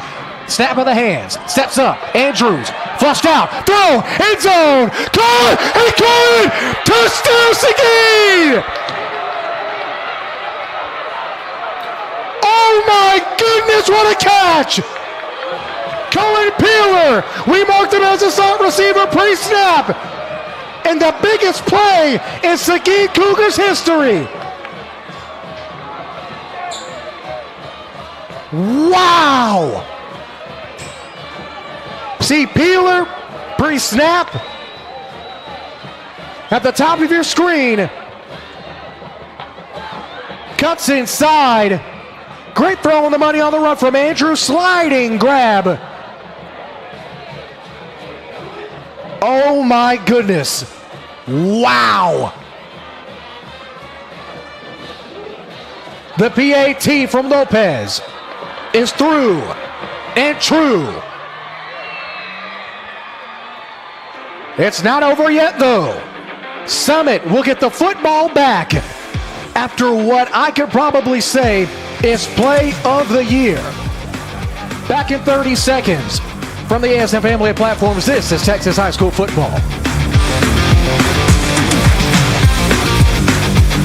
I'm Tori Kennedy, and this is my sister, Issa Gilmore. and it pays to sub in Arlington ISD. My favorite part about subbing is just the different types of experiences you get. Getting to work with different age groups really let me experience working with younger kids and older kids and kind of figure out where I wanted to work. I felt like it was really good experience just to kind of be on my own in the classroom and being able to get that teaching experience that I would use later on in my career. It pays to sub in Arlington ISD.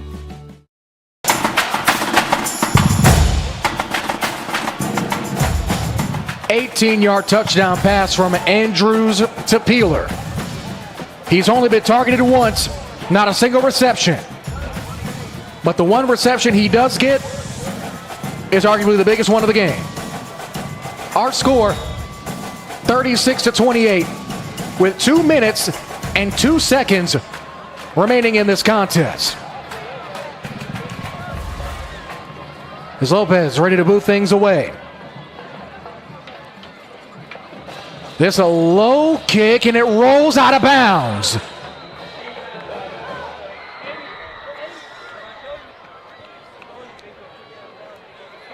Now the question is, do you really make them re-kick, or do you take the field position if you're Summit? That's the million-dollar question, at least for now, for head coach Shannon Hall and company. As it looks like Hall is going to make them re-kick. Now that's a double-edged sword. You keep pushing them back over and over if it does get kicked out of bounds.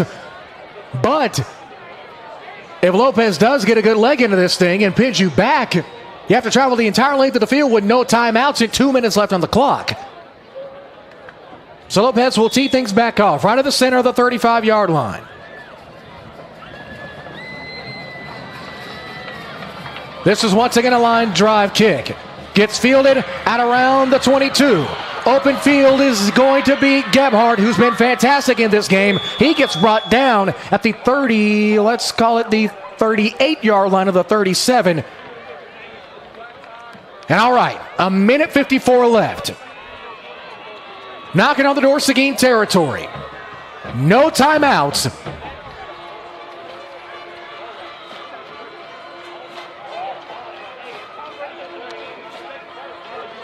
Wow. 8-point game. A 2-point conversion only sends you to OT. It would be, and I'll try to knock on wood here, the second overtime game in Antler Sports Network history. The last overtime game 3 weeks ago, Bishop Gorman versus All Saints back in the Rose City of Tyler. That game went 5 overtimes. Bird dropping back. Lets it out there. It's incomplete. Pass intended for Zayden Smith. Smith has been targeted 3 times, 4 times, check that. Only 2 receptions on the game. Those 2 receptions coming in the early portion of the first half. Now with a minute 50, clock does stop, but you do burn a play. Now 2nd and 10 from the 38 coming up. And a game that has seen some of everything. Seguin took their first lead. It was a 1-point lead in the second half. As Summit pretty much played a cat and mouse game with Seguin. And Hodge does it again! LaCorian Hodge made 2 big plays to end the first half. making a huge play with a minute and a half left to go. Clock is ticking now. No timeouts again for Summit. A minute 26 left to go. And if you're the Cougars, you have to believe that could possibly be one of the first nails in the coffin.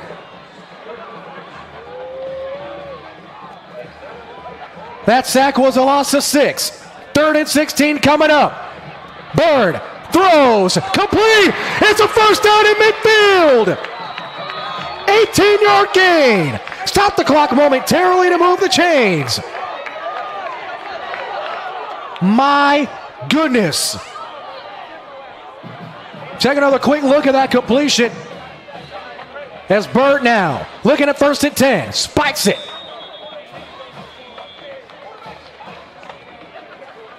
With 52 seconds left, take another look at that huge 18-yard pass from Bird. Great job getting open across the middle of the field by guess who? It's number 16, Zayden Smith. The man who was the intended target just a play before. Now, inching his Jaguar offense one step closer.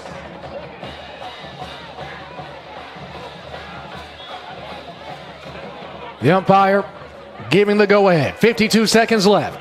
2nd and 10. Bird dropping back. Flushed out of the pocket. Hodge in pursuit. Flag is thrown in a realm of holding, though. Walks out of bounds gingerly. However, clock will stop. Once again, there is a flag thrown at around the line of scrimmage for a hold in the area of holding. And this could get interesting. And it is indeed penalty against Summit.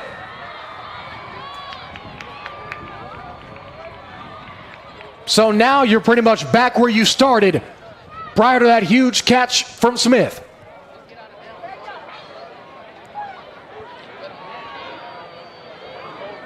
It's now 2nd down and Cedar Hill after the holding penalty against Summit. The Jaguars have it on their own 42. The huddle disperses. Lone receiver at the top of your screen is Dominique Young, who had 2 touchdowns to get the game started in the first quarter. Couple of receivers in motion, that being Browden Moody as well as Kane Carbon. Moody goes in motion. Possible bubble screen set up. No. Instead, Bird will be flushed out. Hodge in pursuit. Bird is scored. It's picked up. Seguin has it. And that'll do it.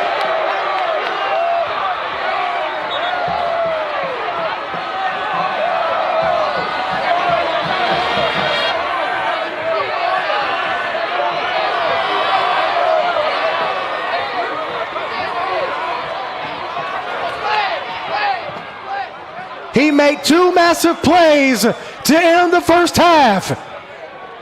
He made a huge sack on Bird earlier in the contest. And now, his treacherous arm responsible for the interception that may send Seguin to the postseason for the first time since 2018. It's 1st and 10 Cougars at the 33-yard line.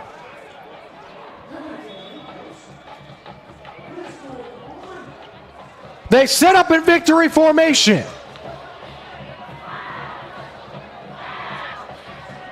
A team that last season missed the playoffs to the Everman Bulldogs off a point differential is now one more kneel down away from getting to the postseason. No kneel down needed. That will do it. For the first time since 2018, the Seguin Cougars are going to the big dance. Our final score from Wildman in an absolute thriller. The Cougars 36, the Summit Jaguars 28. Whew! Heck of a post-game show coming up, folks. Back in a couple of minutes on the Antler Sports Network.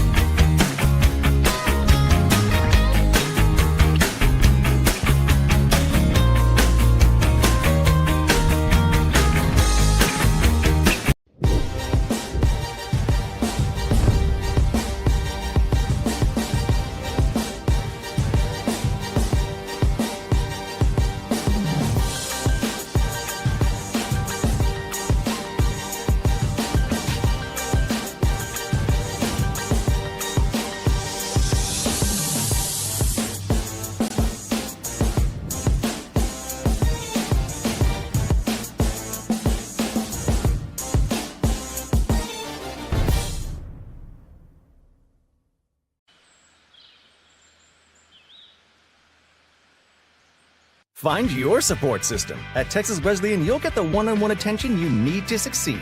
Texas Wesleyan, small classes, big scholarships. Now that's smaller, smarter.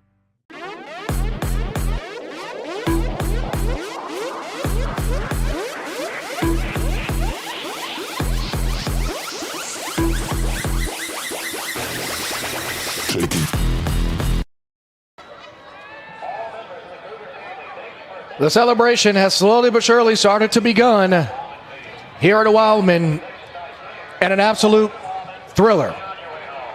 A game for the ages, folks. Seguin pulls off the victory, 36-28. Our player of the game will go to probably the biggest defensive figure on the field. The senior, LaCorian Hodge, took over defensively in the second half, forcing the deflection that ended up resulting in an interception and 2 sacks at the end of the second half to carry momentums into the locker room that propelled the Cougars to a win. Congratulations to the senior on a fantastic performance. We're trying to get Coach G. We're trying as hard as we can, folks. We'll take one more break. We'll try to get him in a second. Back after this on the Antler Sports Network.